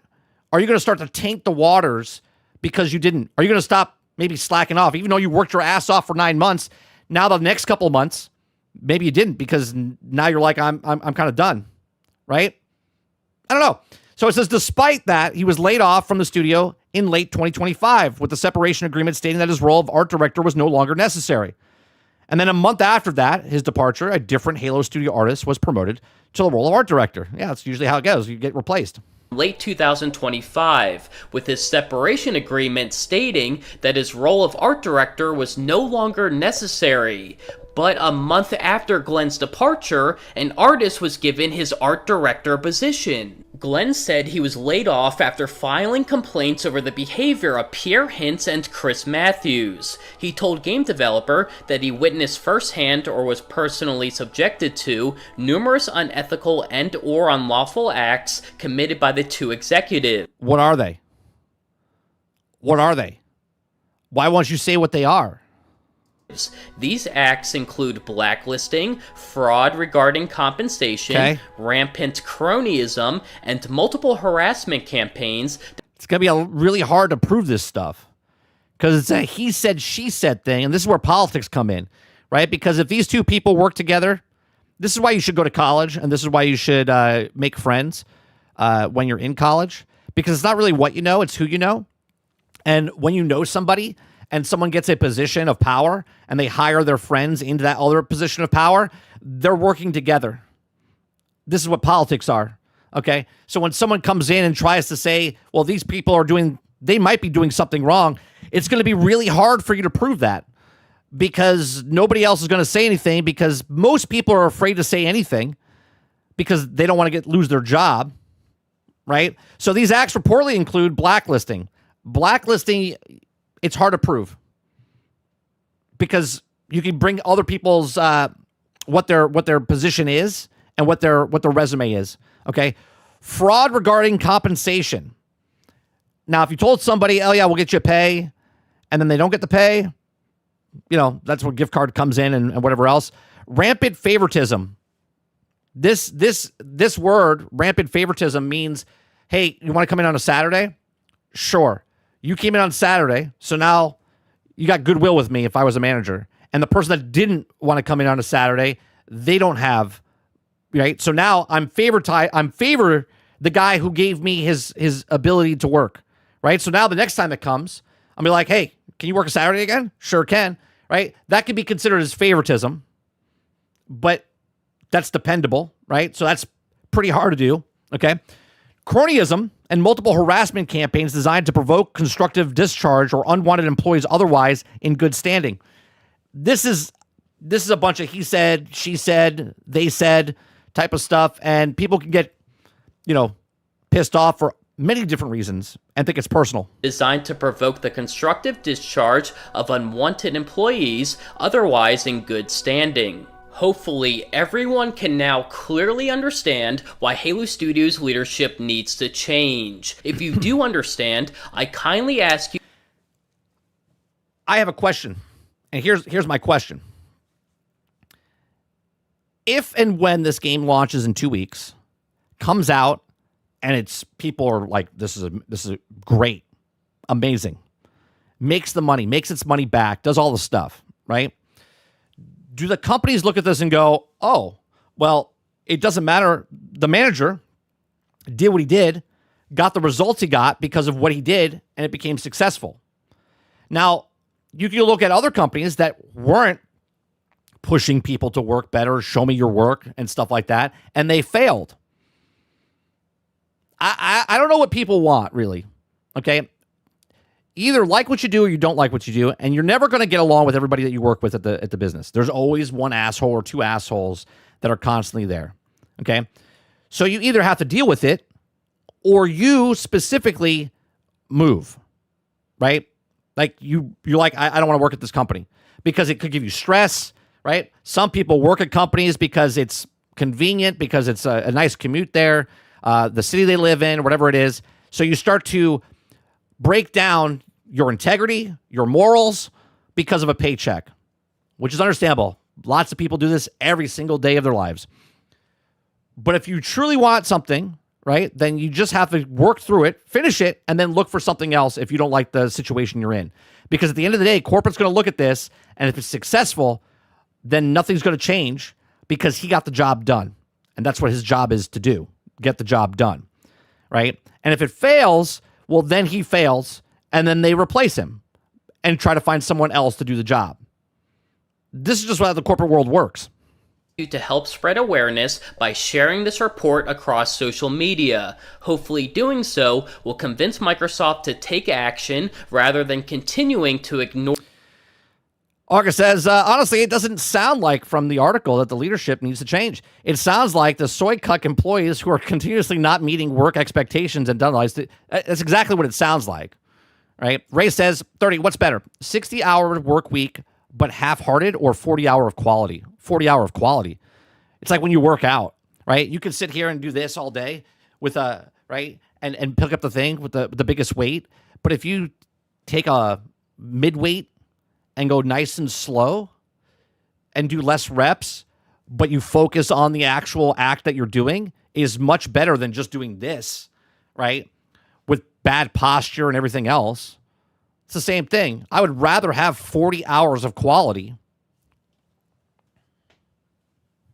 Or employee complaints and allow unqualified leaders to destroy their most iconic franchise. Thank you for your support and stay tuned for my next report. That's a good video. I like that he's just giving the voice, like he said in the very beginning, the voice of the people that left. But again, it's their say versus nobody's say, because the manager's not rebuttaling. These are people that have left or got fired. So obviously there's a little regret back, right? They're a little pissed off, so they're going to say certain things, which is unfortunate. It is what it is.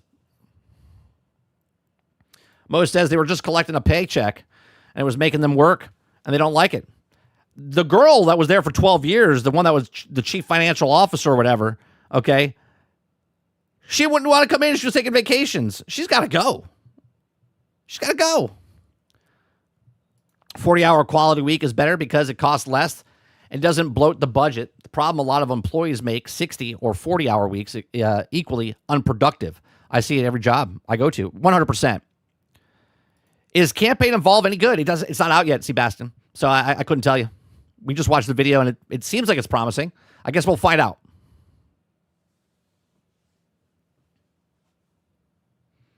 Crowd says this is what happened with Bungie. 100%. This happens in many companies across the board, not even in just in game design. Not even just game design.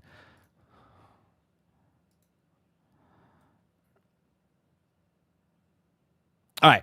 Now, you guys wanted me to look at this, which I don't know if this is just a rumor, okay? This is saying Bungie reportedly in early talks to develop Destiny-style Borderlands 1 remake. What are we doing? A new leak claims that Bungie is in early talks with Sony and Gearbox to develop a Destiny-style Borderlands 1 remake with customizable protagonists. What are we doing here, Sony? I'm going to take this at face value. I don't know if it's real or not. We're just going to discuss if this is true. I'm not even going to read the article because this is just hearsay, right? What in the world? Why would you cancel Bungie, Destiny, for them to pick up a third party Sony doesn't even own Borderlands. Did they pick them up? Does Sony own Gearbox? Did I miss that? Who owns Gearbox?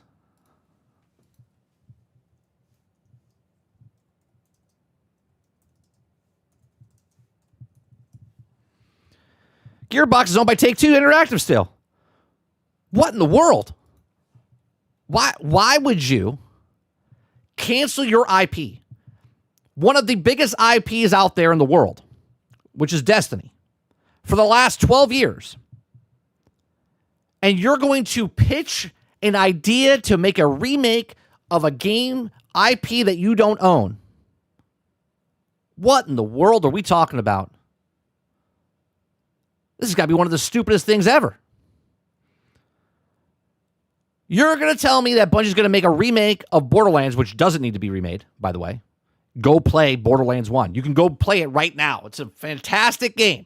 Borderlands 1, Borderlands 2, go get the whole edition.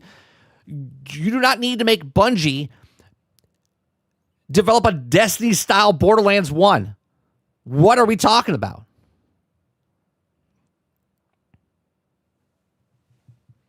Crowd says Jason Jones was hailed as a legendary creative voice for Bungie, and he was on a sabbatical for years, literally getting paid to do nothing. Arca says, what the fuck does Bungie have to do with Borderlands? And why on a fucking remake? Where can't they really just take any creative liberty? Like, this makes no sense. I mean, this is on Sony. We already know that they pitched Destiny games several times, and they said no. Well, no, they pitched Destiny dating sim.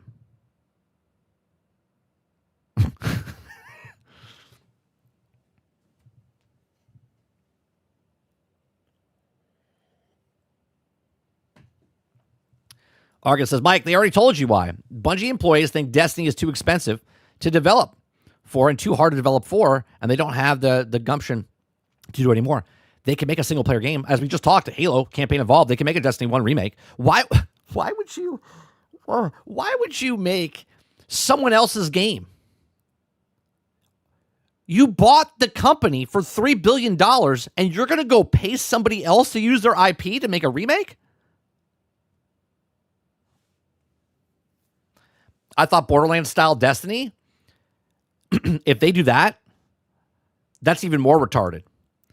Because we watched a video with Strauss Zelnick talking about how Borderlands was delayed, and they spent an additional $50 million to change the art style from what it was to what it is today, which made the game much more successful because of the art style, and that was their choice. And if they go back now to redo Destiny 1, or I'm sorry, Borderlands 1, but they make it a more realistic style, how idiotic is that? Argus says if it was also at least the new Borderlands entry, Bungie can take some creative liberties for actually it'd be worth using the different studio for it. But remake, they can't really do jack shit besides the grunt work just to get the remake done faster. Yeah, but they're not part of Gearbox. They're not part of Take-Two. Why would you take the studio you paid $3 billion for to throw them on a third-party game that you don't own? This is crazy, if this is true. If they make Destiny look like Borderlands, I'm going to puke. I don't think they're going to do that either. When they say style of Borderlands 1, a Destiny style talks to developers of Destiny style Borderlands 1.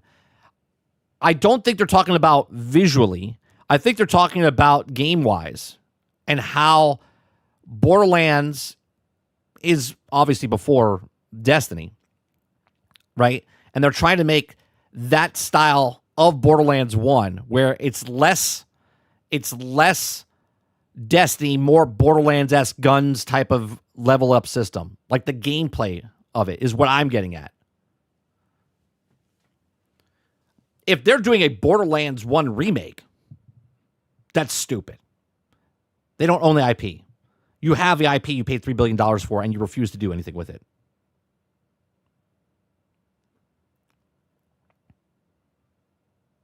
Maybe it's to make the Borderlands skip Xbox.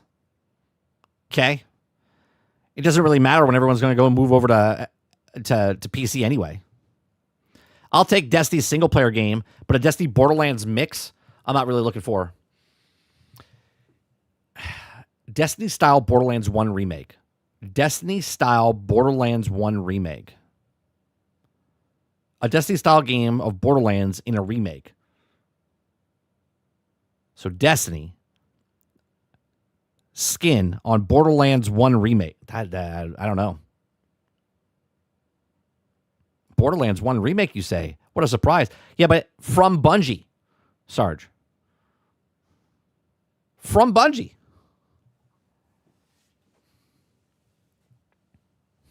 Like, what?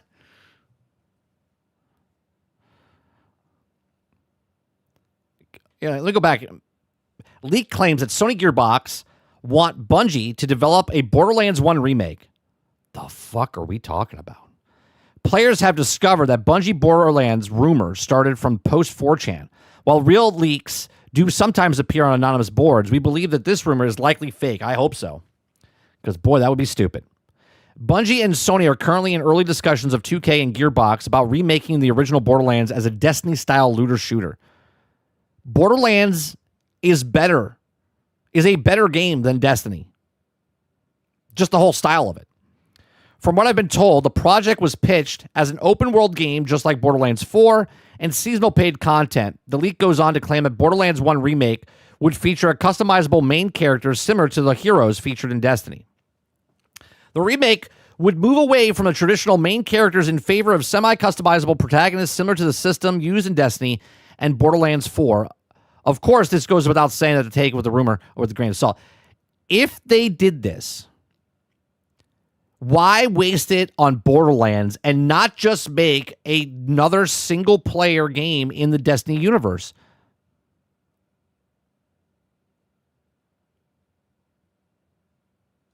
Destiny, Borderlands 2, PlayStation 6 remake also claimed in the leak. The rumor doesn't stop there with the first game. Gearbox is looking to doing a Borderlands 2 remake exclusively for PlayStation 6. Oh, look at this. Do you see what if this is true? If this is true, do you see what PlayStation is trying to do here? Do you see what they're trying to do here? And in one fell swoop, not only will they tank Bungie, they'll tank Borderlands Gears, and people will be so pissed. I know people are like, oh no, they're going to buy PlayStation 6. Okay. If you say so. As long as that PlayStation 6 is like $600 and not $1,200.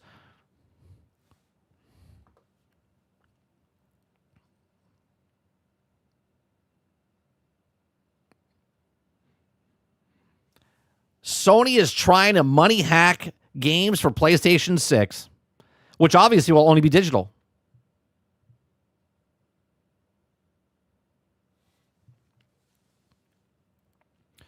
Just want to point out that Sony, not PlayStation, have officially acknowledged the PlayStation 6, nor anything about it. 100% its existence is purely rumors and supposed leaks. Yeah, sure. That's crazy if they do that.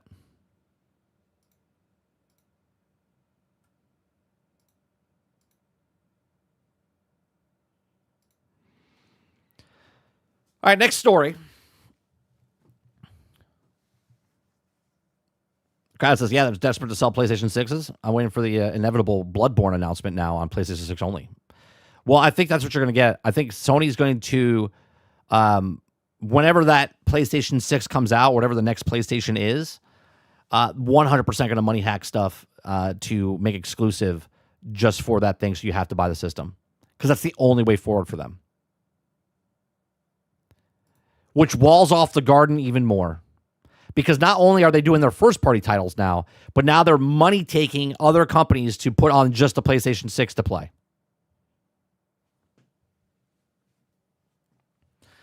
All right. id Software Producers says you'll never get another WoW or Morrowind in the current climate in the wake of Xbox layoffs. If you guys like what I do, we do this Monday through Thursday from 10 o'clock in the morning till noon Eastern. If you like it, hit that like button. Hit that subscribe button. If you'd like to go above and beyond that, you can become a member for as little as $5. They can't money hat from PC? Oh, they'll try. They'll try. Remember, Ray, or Ray, that Epic tried to money hat Steam when Gearbox came out with Borderlands. What was it, 3? They had like a 6-month or 9-month exclusive where it was only on Epic, and yet it didn't sell until it went to Steam.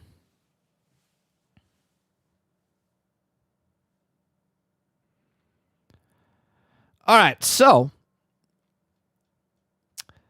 caught up in the wave of Xbox reset layoffs and occurred last week, id Software has been particularly hard on, while official statements given the studio maintain they're still decent enough size to make kind of games it used to. Some odds of many developers who were laid off.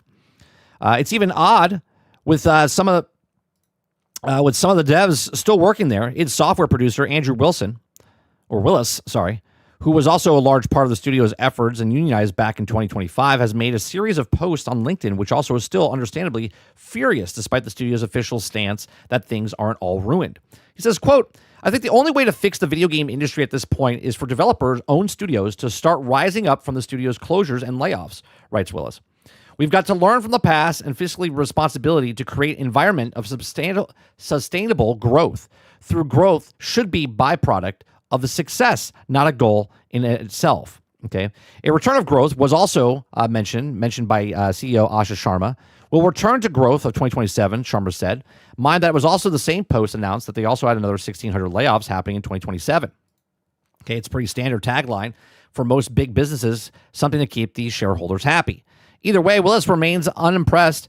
He says, quote, "It's the only path forward I can see. And these large publishers and monopolies have proven themselves terrible stewards and somehow even worse financial managers if the people who create the value own the value. Okay, own that value. Good things will follow." He says in a follow-up post, Willis adds that the gamers industry must change if it's going to create art and franchises that have long-term sustainability value. Right now, it feels like monopolies that control are simply trying to extract as much goodwill and value that took decades to build, as they can also with little concern for the diminishing returns it leads into. Well, the reason they do this is because they're not connected to the actual franchise. Okay? Disney had no connection to Star Wars. Disney has no connection to Marvel. Marvel built up. Stan Lee was Marvel, right? They built it up. They cared for it because it was their baby. When you're a corporation and you're buying other people's babies, not actual babies, but their companies, they don't care. They're buying you because you have a baked-in audience, customers, baked-in customers. And they're like, hey, you sold that many, but we need to buy them. Hence why they have value. These companies have value because we give them value. We buy these things, okay? Hence why Sony, if they sell Spider-Man, it's worth $9 billion, $10 billion. That's not because Sony made the product, but we made the value, and then they can sell that value to somebody else to make the money, right? Same with video games here, right? The person that made Vampire Survivor, one-man person, made the thing. We made it popular because he made a good game. We liked the game, so we bought the game. So his next thing that he makes is because of the value that we gave him because we liked it, which gets goodwill. So the next game that he makes, we're going to go, hey, I liked his first game. I'm going to buy a second game, and so on and so forth. There are times that they're going to make a game and you're like, it's not as good as his last one, but I still like his games, right? These companies think because they own the product or thing, it's automatically going to make it. Hence why they're making Halo Campaign Revolve. Hence why they want to make remakes. Hence why Ubisoft made Black Flag Resynced, because they know there's value there, right? They don't care about anything else. The customers have to realize that the only reason they have value is because of us. Okay? He continues here and says, what happens when people who control the most Ivy League MBAs do not play games, have never shipped a game, and fundamentally do not understand the industry they manage? You'll never get another WoW or more win in the current climate. He says, while not wholly convinced that they also need to play video games to be in charge of company that makes them, I do think they need humble enough to delegate or listen to the people who do. Humility is also clarity rare within the executive suite. It's exactly right. Okay? You don't have to play video games, but you better know what the hell you're doing. Look at what happens in the movie industry. They're like, oh, I never read the comics. Oh, I never read the book. I'm just doing my own thing. You do understand the reason that this book is popular is because of fans, right? You do understand that it's a successful business because of people that love the story. So you might want to stick near the story. I also agree that Willis's assessment that is probably wouldn't get another World of Warcraft in this climate is something that I've spoken to on the MMO column before. But this might also be proving the point. I think it's getting plenty of games that are at least on par with the classics from smaller independent studios. That doesn't mean it's easy. Those studios like Larian, which is also shareholders free, okay, Tencent has non-controlling stake, but Tencent, those guys are everywhere, are a bit of an anomaly, and Larian itself surviving brushes of bankruptcy in the past. Point being, sticking to the man is hard, bloody work, worth doing, mine, but also guaranteed of safety for anybody. Imagine what's happening with Palworld right now. Palworld's got 40 million, right? 5 years from now, Palworld could be as big as Pokemon. Just saying, right? It could be as big as Pokemon. It could be one of the biggest brands out there. Then what happens when Sony or Microsoft or Disney comes knocking on the door and they buy Palworld from this company, right? The company sells it because they're like, yeah, we're done. We've kind of squeezed it out. We have a lot of value here. We don't think it's going to get much more. We're going to sell it. Then they pick it up and then they ruin it. They destroy it. Because they're like, well, look, we bought it for $6 billion. We bought it for $20 billion. We bought it for $50 billion. And they're like, oh, yeah, it's just going to print money. But then they slowly destroy it over time. Because why? Because they don't care about the actual product. They only care about you, the customer, that's giving them money on the back end. And the cycle continues. Okay? Here's my thoughts. Let me know yours in the comment section down below. Please make sure you share, like, subscribe if you like what I do here. Check out some of our other videos. Let me know what you guys think in the comment section or the live chat. All right, let's see here. Argus says people can't even outcompete Steam with literally even just giving games away for completely free. It's not possible to compete with them, and I'm fine with that. Doesn't mean that the company should. Mo says they aren't paying attention. Everything is doom and gloom from the folks being laid off.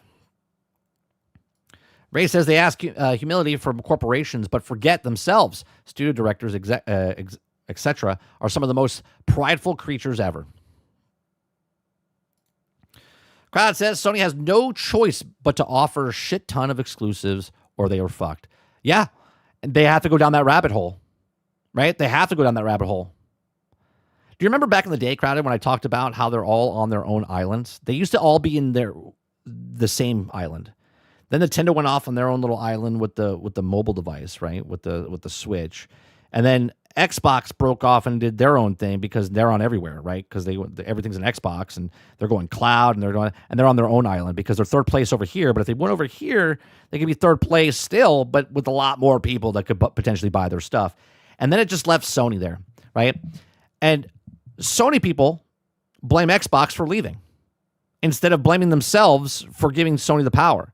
Now, Sony likes to blame people on Steam for doing the exact same thing, but Steam is not the exact same thing because there's other people that can buy stuff over there and they actually care, okay, for the customers instead of trying to force them down their throat, right? They're not forcing you to buy stuff off Steam. You can buy it anywhere, but you can also put it in your library, okay? Like, they are just a curator of a launcher type of thing. You could buy that game wherever you want. Not on Sony. Sony has to keep putting money-hatting stuff and just keep going for it. Because if they don't, then what's the point of buying the stuff? They're like, oh, well, not only do people not want to buy our system come the future, but now they have to put all exclusives. So let's just say Grand Theft Auto 7 is only on PlayStation. Obviously, there's going to be no 7. Okay? But whatever next game comes out, it's only going to be on PlayStation because they paid for it. If it's timed 1 year, 2 years, whatever it is, because otherwise they'll be like, well, why do people need to buy our system? It's different when you have first-party titles or you're paying third-party titles to just be on your platform, which I hated. I've always hated. Clip said, I heard that the trading card game has sold over 3 million packs already, and it just came out this month. Oh, I didn't even know they had a trading card thing for Palworld.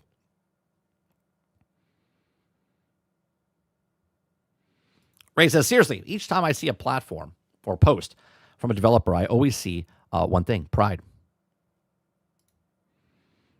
Yeah, it's crazy how things go.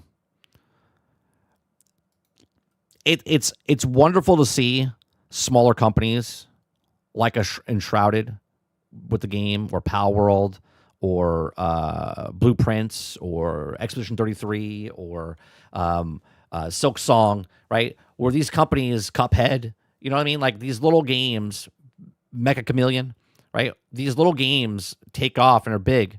And the more that the AAA keep pushing, the more that they keep shoving this stuff down our throats, the more people are going to be fed up with this, and they just won't.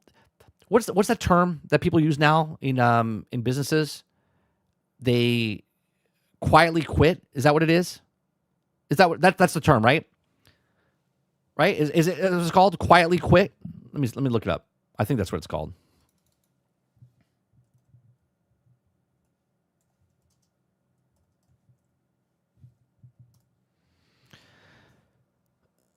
Let's see. Quietly quit can refer to a few different concepts in the quitting world. Okay, most commonly describes low volume fabrics, which also highly colored background prints. No, that's not. Quit stitching and machine noise. No. Acoustic blankets. No. There's one of a term.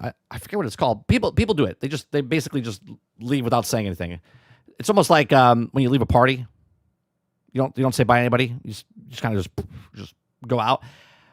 Everyone thinks that people are gonna make announcements and stuff when they leave, right? Those people want engagement. Majority of people will just fucking leave, right? They're not gonna make big announcements. Hey, I'm leaving Sony. Go fuck yourself. Hey, I'm leaving Xbox. Go fuck yourself. None of that, right? They're literally just gonna stop. They're just going to move over. They're just going to stop playing. They're just going to do it. That's exactly what's going to happen. And this is what they underestimate, right? They think that social media and the YouTubers and stuff like that. No, when you cross somebody, whatever that line is, they'll just be like, I'm done. Like this. Done. Never to be seen or heard from again. And they're like, where are they? Right? Roic says that only happens in the movie and TV. No, people leave products all the time, right? There's a boiling point where people are like, I'm done with this. I'm done with this. Crowd said, yeah, if you choose Sony, then you're fucked.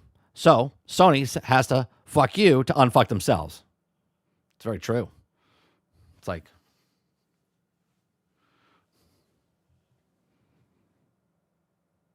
oh, you're saying they only announce it. Yeah, people don't announce shit, right? I hate when YouTubers and stuff are like, well, guys, this is it. Just wanted to tell you this is my last video I'm going to make, and this is it. And then they come back a week later like, thank you so much for all the support, and thank you for all the kind wishes. It's like, really? Just leave. Right? If I'm ever done, I will tell you, I won't make a video of it. I'll be like, this is our last show. Thanks for watching. See you never again. That's what you'll get from me. I'm not going to have a 10 days left before our last show, 15 days left before our last show, 100 days before our last show. No, it'll just be like, I'm done. I'm done. I would let you know, like today. I'd be like, hey guys, just let you know, I'm not going to stream anymore, right? I'm not quitting right now, but I'm not going to stream anymore. I'm just done with it. I appreciate everyone. Peace. Right? That's what I would say. Right? That's what I would say. People love to showboat. It's all dramatic and all this other stuff. No, people just quit. They don't care. They don't want the dramatic stuff. Right? I don't need to feel bad because I unfollowed somebody or unsubscribed to somebody. I don't have to make my statement in the thing. I don't like your show. I'm leaving. Okay, nobody cares. Nobody cares.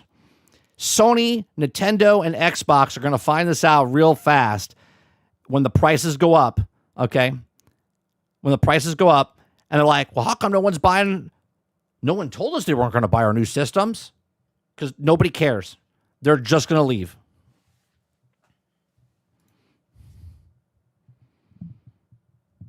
JP's like, this is our last show? No, it's not our. Or maybe it is. Find out. Tune in tomorrow. No. Travis says, not true, Mike. Would just say, I'm going back to the future to kill John Connor. And nobody cares.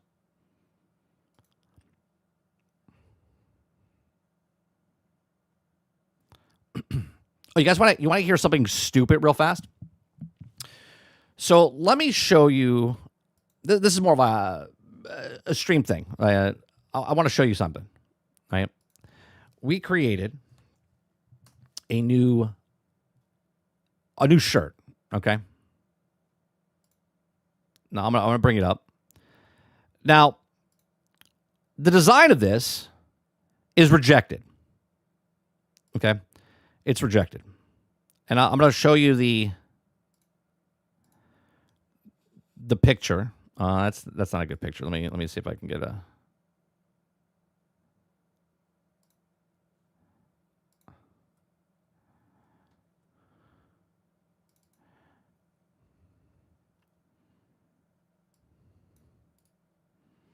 Can I put that in the tab? Okay, we'll put this up here for right now. Okay, so on the shirt, right?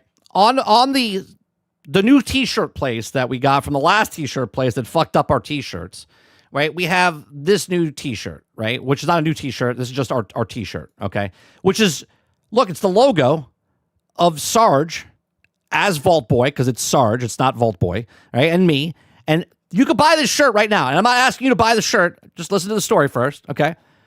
Right? There's the shirt. You could buy a Generation X Gaming from this site right now from Spreadshirt. Okay. Now, this is the shirt logo that I'm trying to upload for the last week and a half. Okay? This is the shirt that was going to be on the shirt for 500th episode. That if you wanted to buy this shirt, you go buy this shirt. Right? Because we're having our 500th episode. But the company says it's rejected. Right? It's rejected. Why would it be rejected? Okay, why would it be rejected? It's being rejected because of Sarge's Vault Boy. Now explain this to me, chat. Okay? Explain this to me like I'm fucking retarded. Okay? How can the company okay this shirt? Okay? They can okay this shirt. But they can't okay this because of Sarge. Can somebody please explain this to me? Because I've gone back and forth with these people on multiple emails. And they're like, I'm sorry. We can't do this because of ZeniMax. And ZeniMax you've already okayed my logo on your site. So now I'm updating a new logo for a shirt that I'm trying to sell, which they won't let me sell because of the same character they already okayed. Can someone explain this?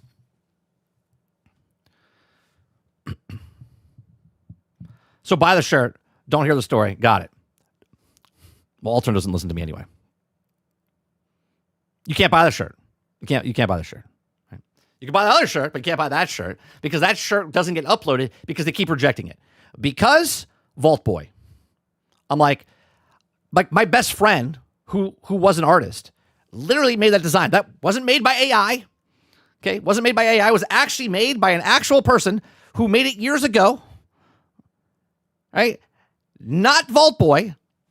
And yet I can't use it because it looks like Vault Boy, but it's not Vault Boy. So tell me why I can't use it. Got lucky the first time? No. If that was the case, if I got lucky that they would pull that one. And if they pull that one, well, then I'm just going to pull all my stuff and then we'll go to yet another place. I understand if it was actual Vault Boy, right? I understand if it was actual Vault Boy, but it's not. It's not Vault Boy. It's like out of context, right? People look at it and go, oh, it's Vault Boy. It's not Vault Boy. Look at it.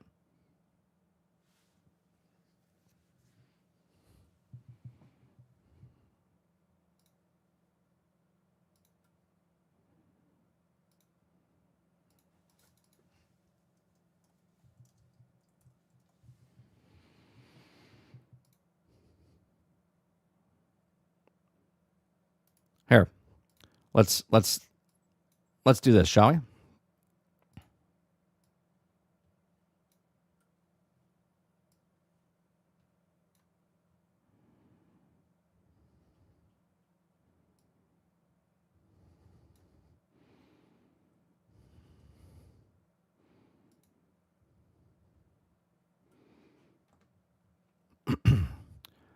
Yeah. Yeah, look at it. Looks exactly the same, doesn't it?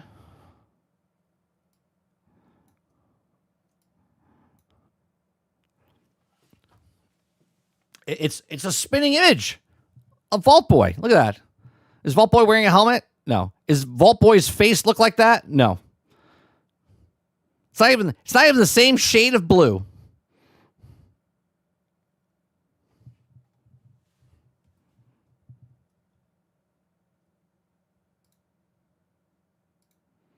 I hate stuff like that.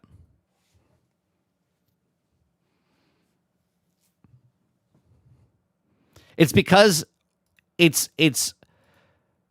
reviewed by a bot, right? It's reviewed by a bot. So I sent a nice email saying, hey, can you manually look at this, please? You've already okayed, right, multiple times of the actual logo. And yet you will not make this one go through. Wait, the claim that is Vault Boy being charged? Yes. Yeah, that's the claim.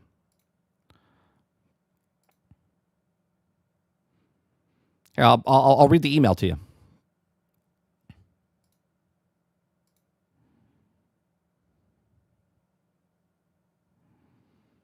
And let me see what this is.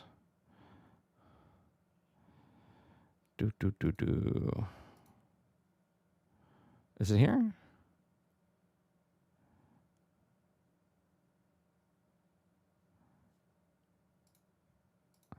I'm trying to find the email now.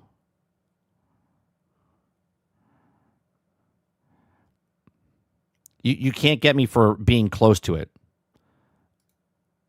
You can knock me down because it is it, but it's not it.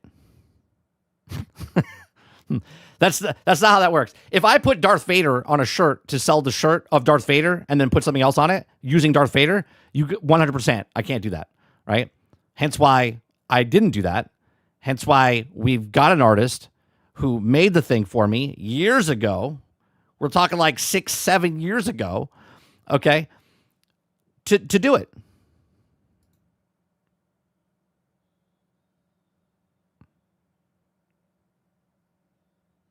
Oh, it's underneath my other email. That's why.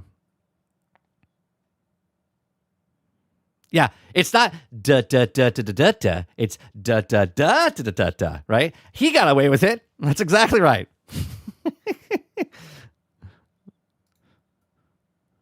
Okay, is this it?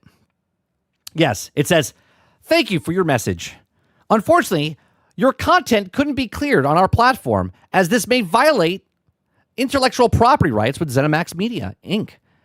and their trademark copyright of Fallout Vault Boy character. This is a particularly measured and unauthorized use of copy protection designed to terminology made incur service monetary penalties. We apologize for any inconvenience." I'm like, hello, Spreadshop. I'm reaching out regarding the design that was recently rejected on copyright infringement. I believe it was flagged in error, and I would appreciate if you could review it manually. The design is 100% original and was created specifically to celebrate the 500th episode of my podcast, Generation X Gaming. The artwork consists of my own Generation X Gaming logo and branding, custom artwork, created for my brand. Originally, typographic and graphics celebrating the 500th episode milestone. I own the rights to the design, and I'm not using any copyright logo trademarks. The artwork belonging to the other company, while one of the characters is inspired by a retro-style Vault mascot, okay, is the original illustration, created and design, not officially game artwork. Could you please let me know if a specific element triggered what copyright reaction or rejection, right?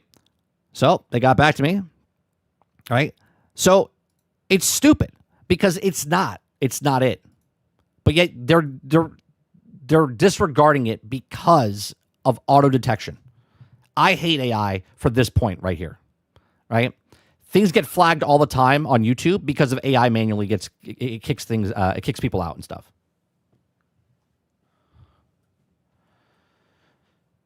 Can you make a Dork Vader though?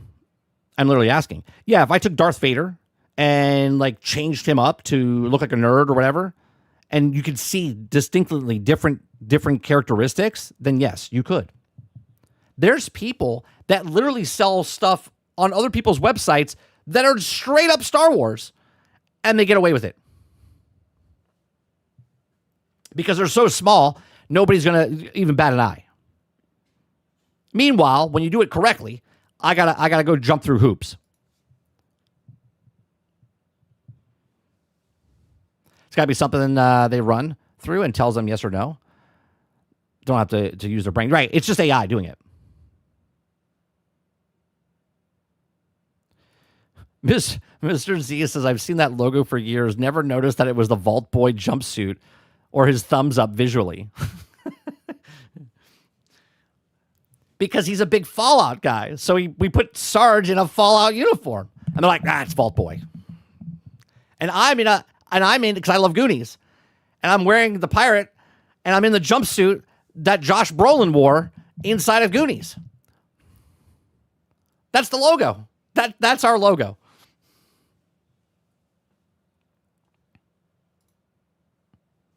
It's so frustrating when stuff like this happens.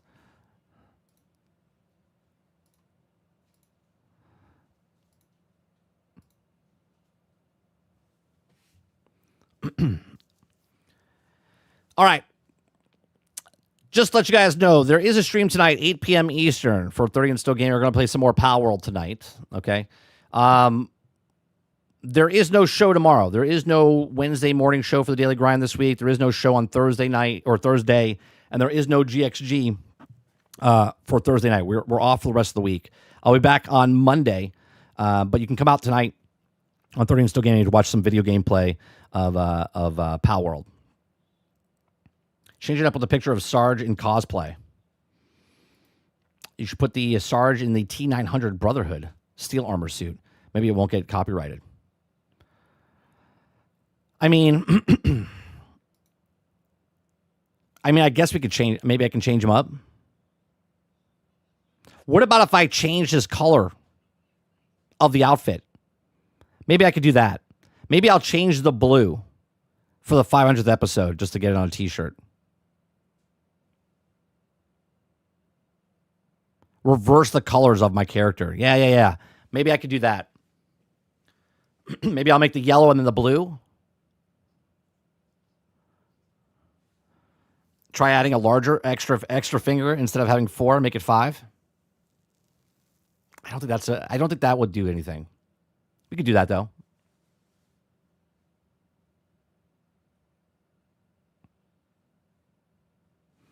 Maybe it's the Vault Boy's smirk. The face doesn't look anything like it though, Z. The face doesn't look anything like Vault Boy. And he's wearing a helmet.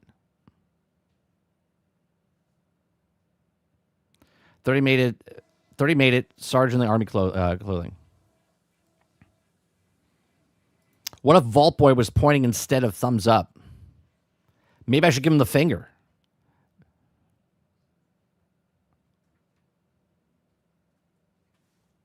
Maybe that's what I should do. Maybe I should maybe Sarge should be given the finger.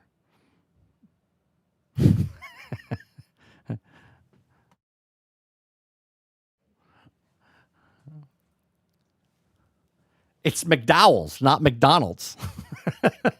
Yeah. Of course the smirk's the same.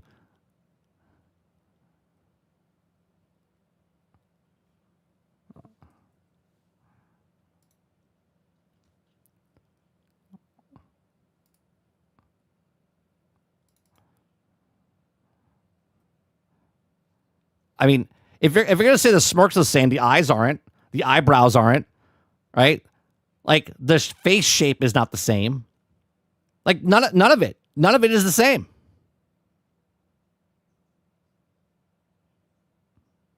I'll have to change the colors up.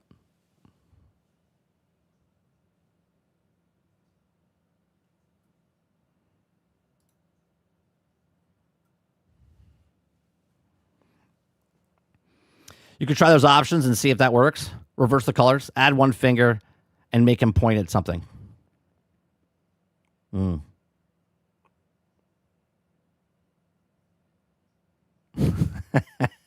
not gonna put the bubble. That is funny though. Yeah, put a fun. Fuck you, corporations.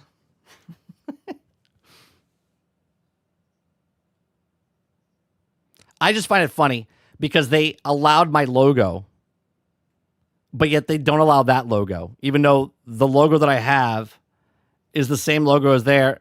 I don't know. All right, chat. That's going to do it for me today. I appreciate it very much. You guys have a great rest of your day, evening, or afternoon, wherever you are, or the afternoon and evening, wherever you are in the world. We'll be back tonight, 8 p.m. Eastern, for 30 and Still Gaming. Other than that, remember, there is no show for tomorrow. There is no show for Thursday, and we'll be back on Monday. This is not my last show. Just bad timing that we made that example. Okay. We will be back on Monday for a regular week next week and continue on with GXG. Don't forget upcoming things. We have GXG 500th episode on August 13th. We're going to have Kingard on. We're going to have Greg Owen on, and we're going to try to have Wizard on at the same time. And other than that, make sure you guys hit the like button, hit the subscribe button. Go check out the merch store before I fucking leave them and go for somebody else because they won't let me update my shirt. And check out the music. Appreciate it. You guys have a great rest of your day. Peace.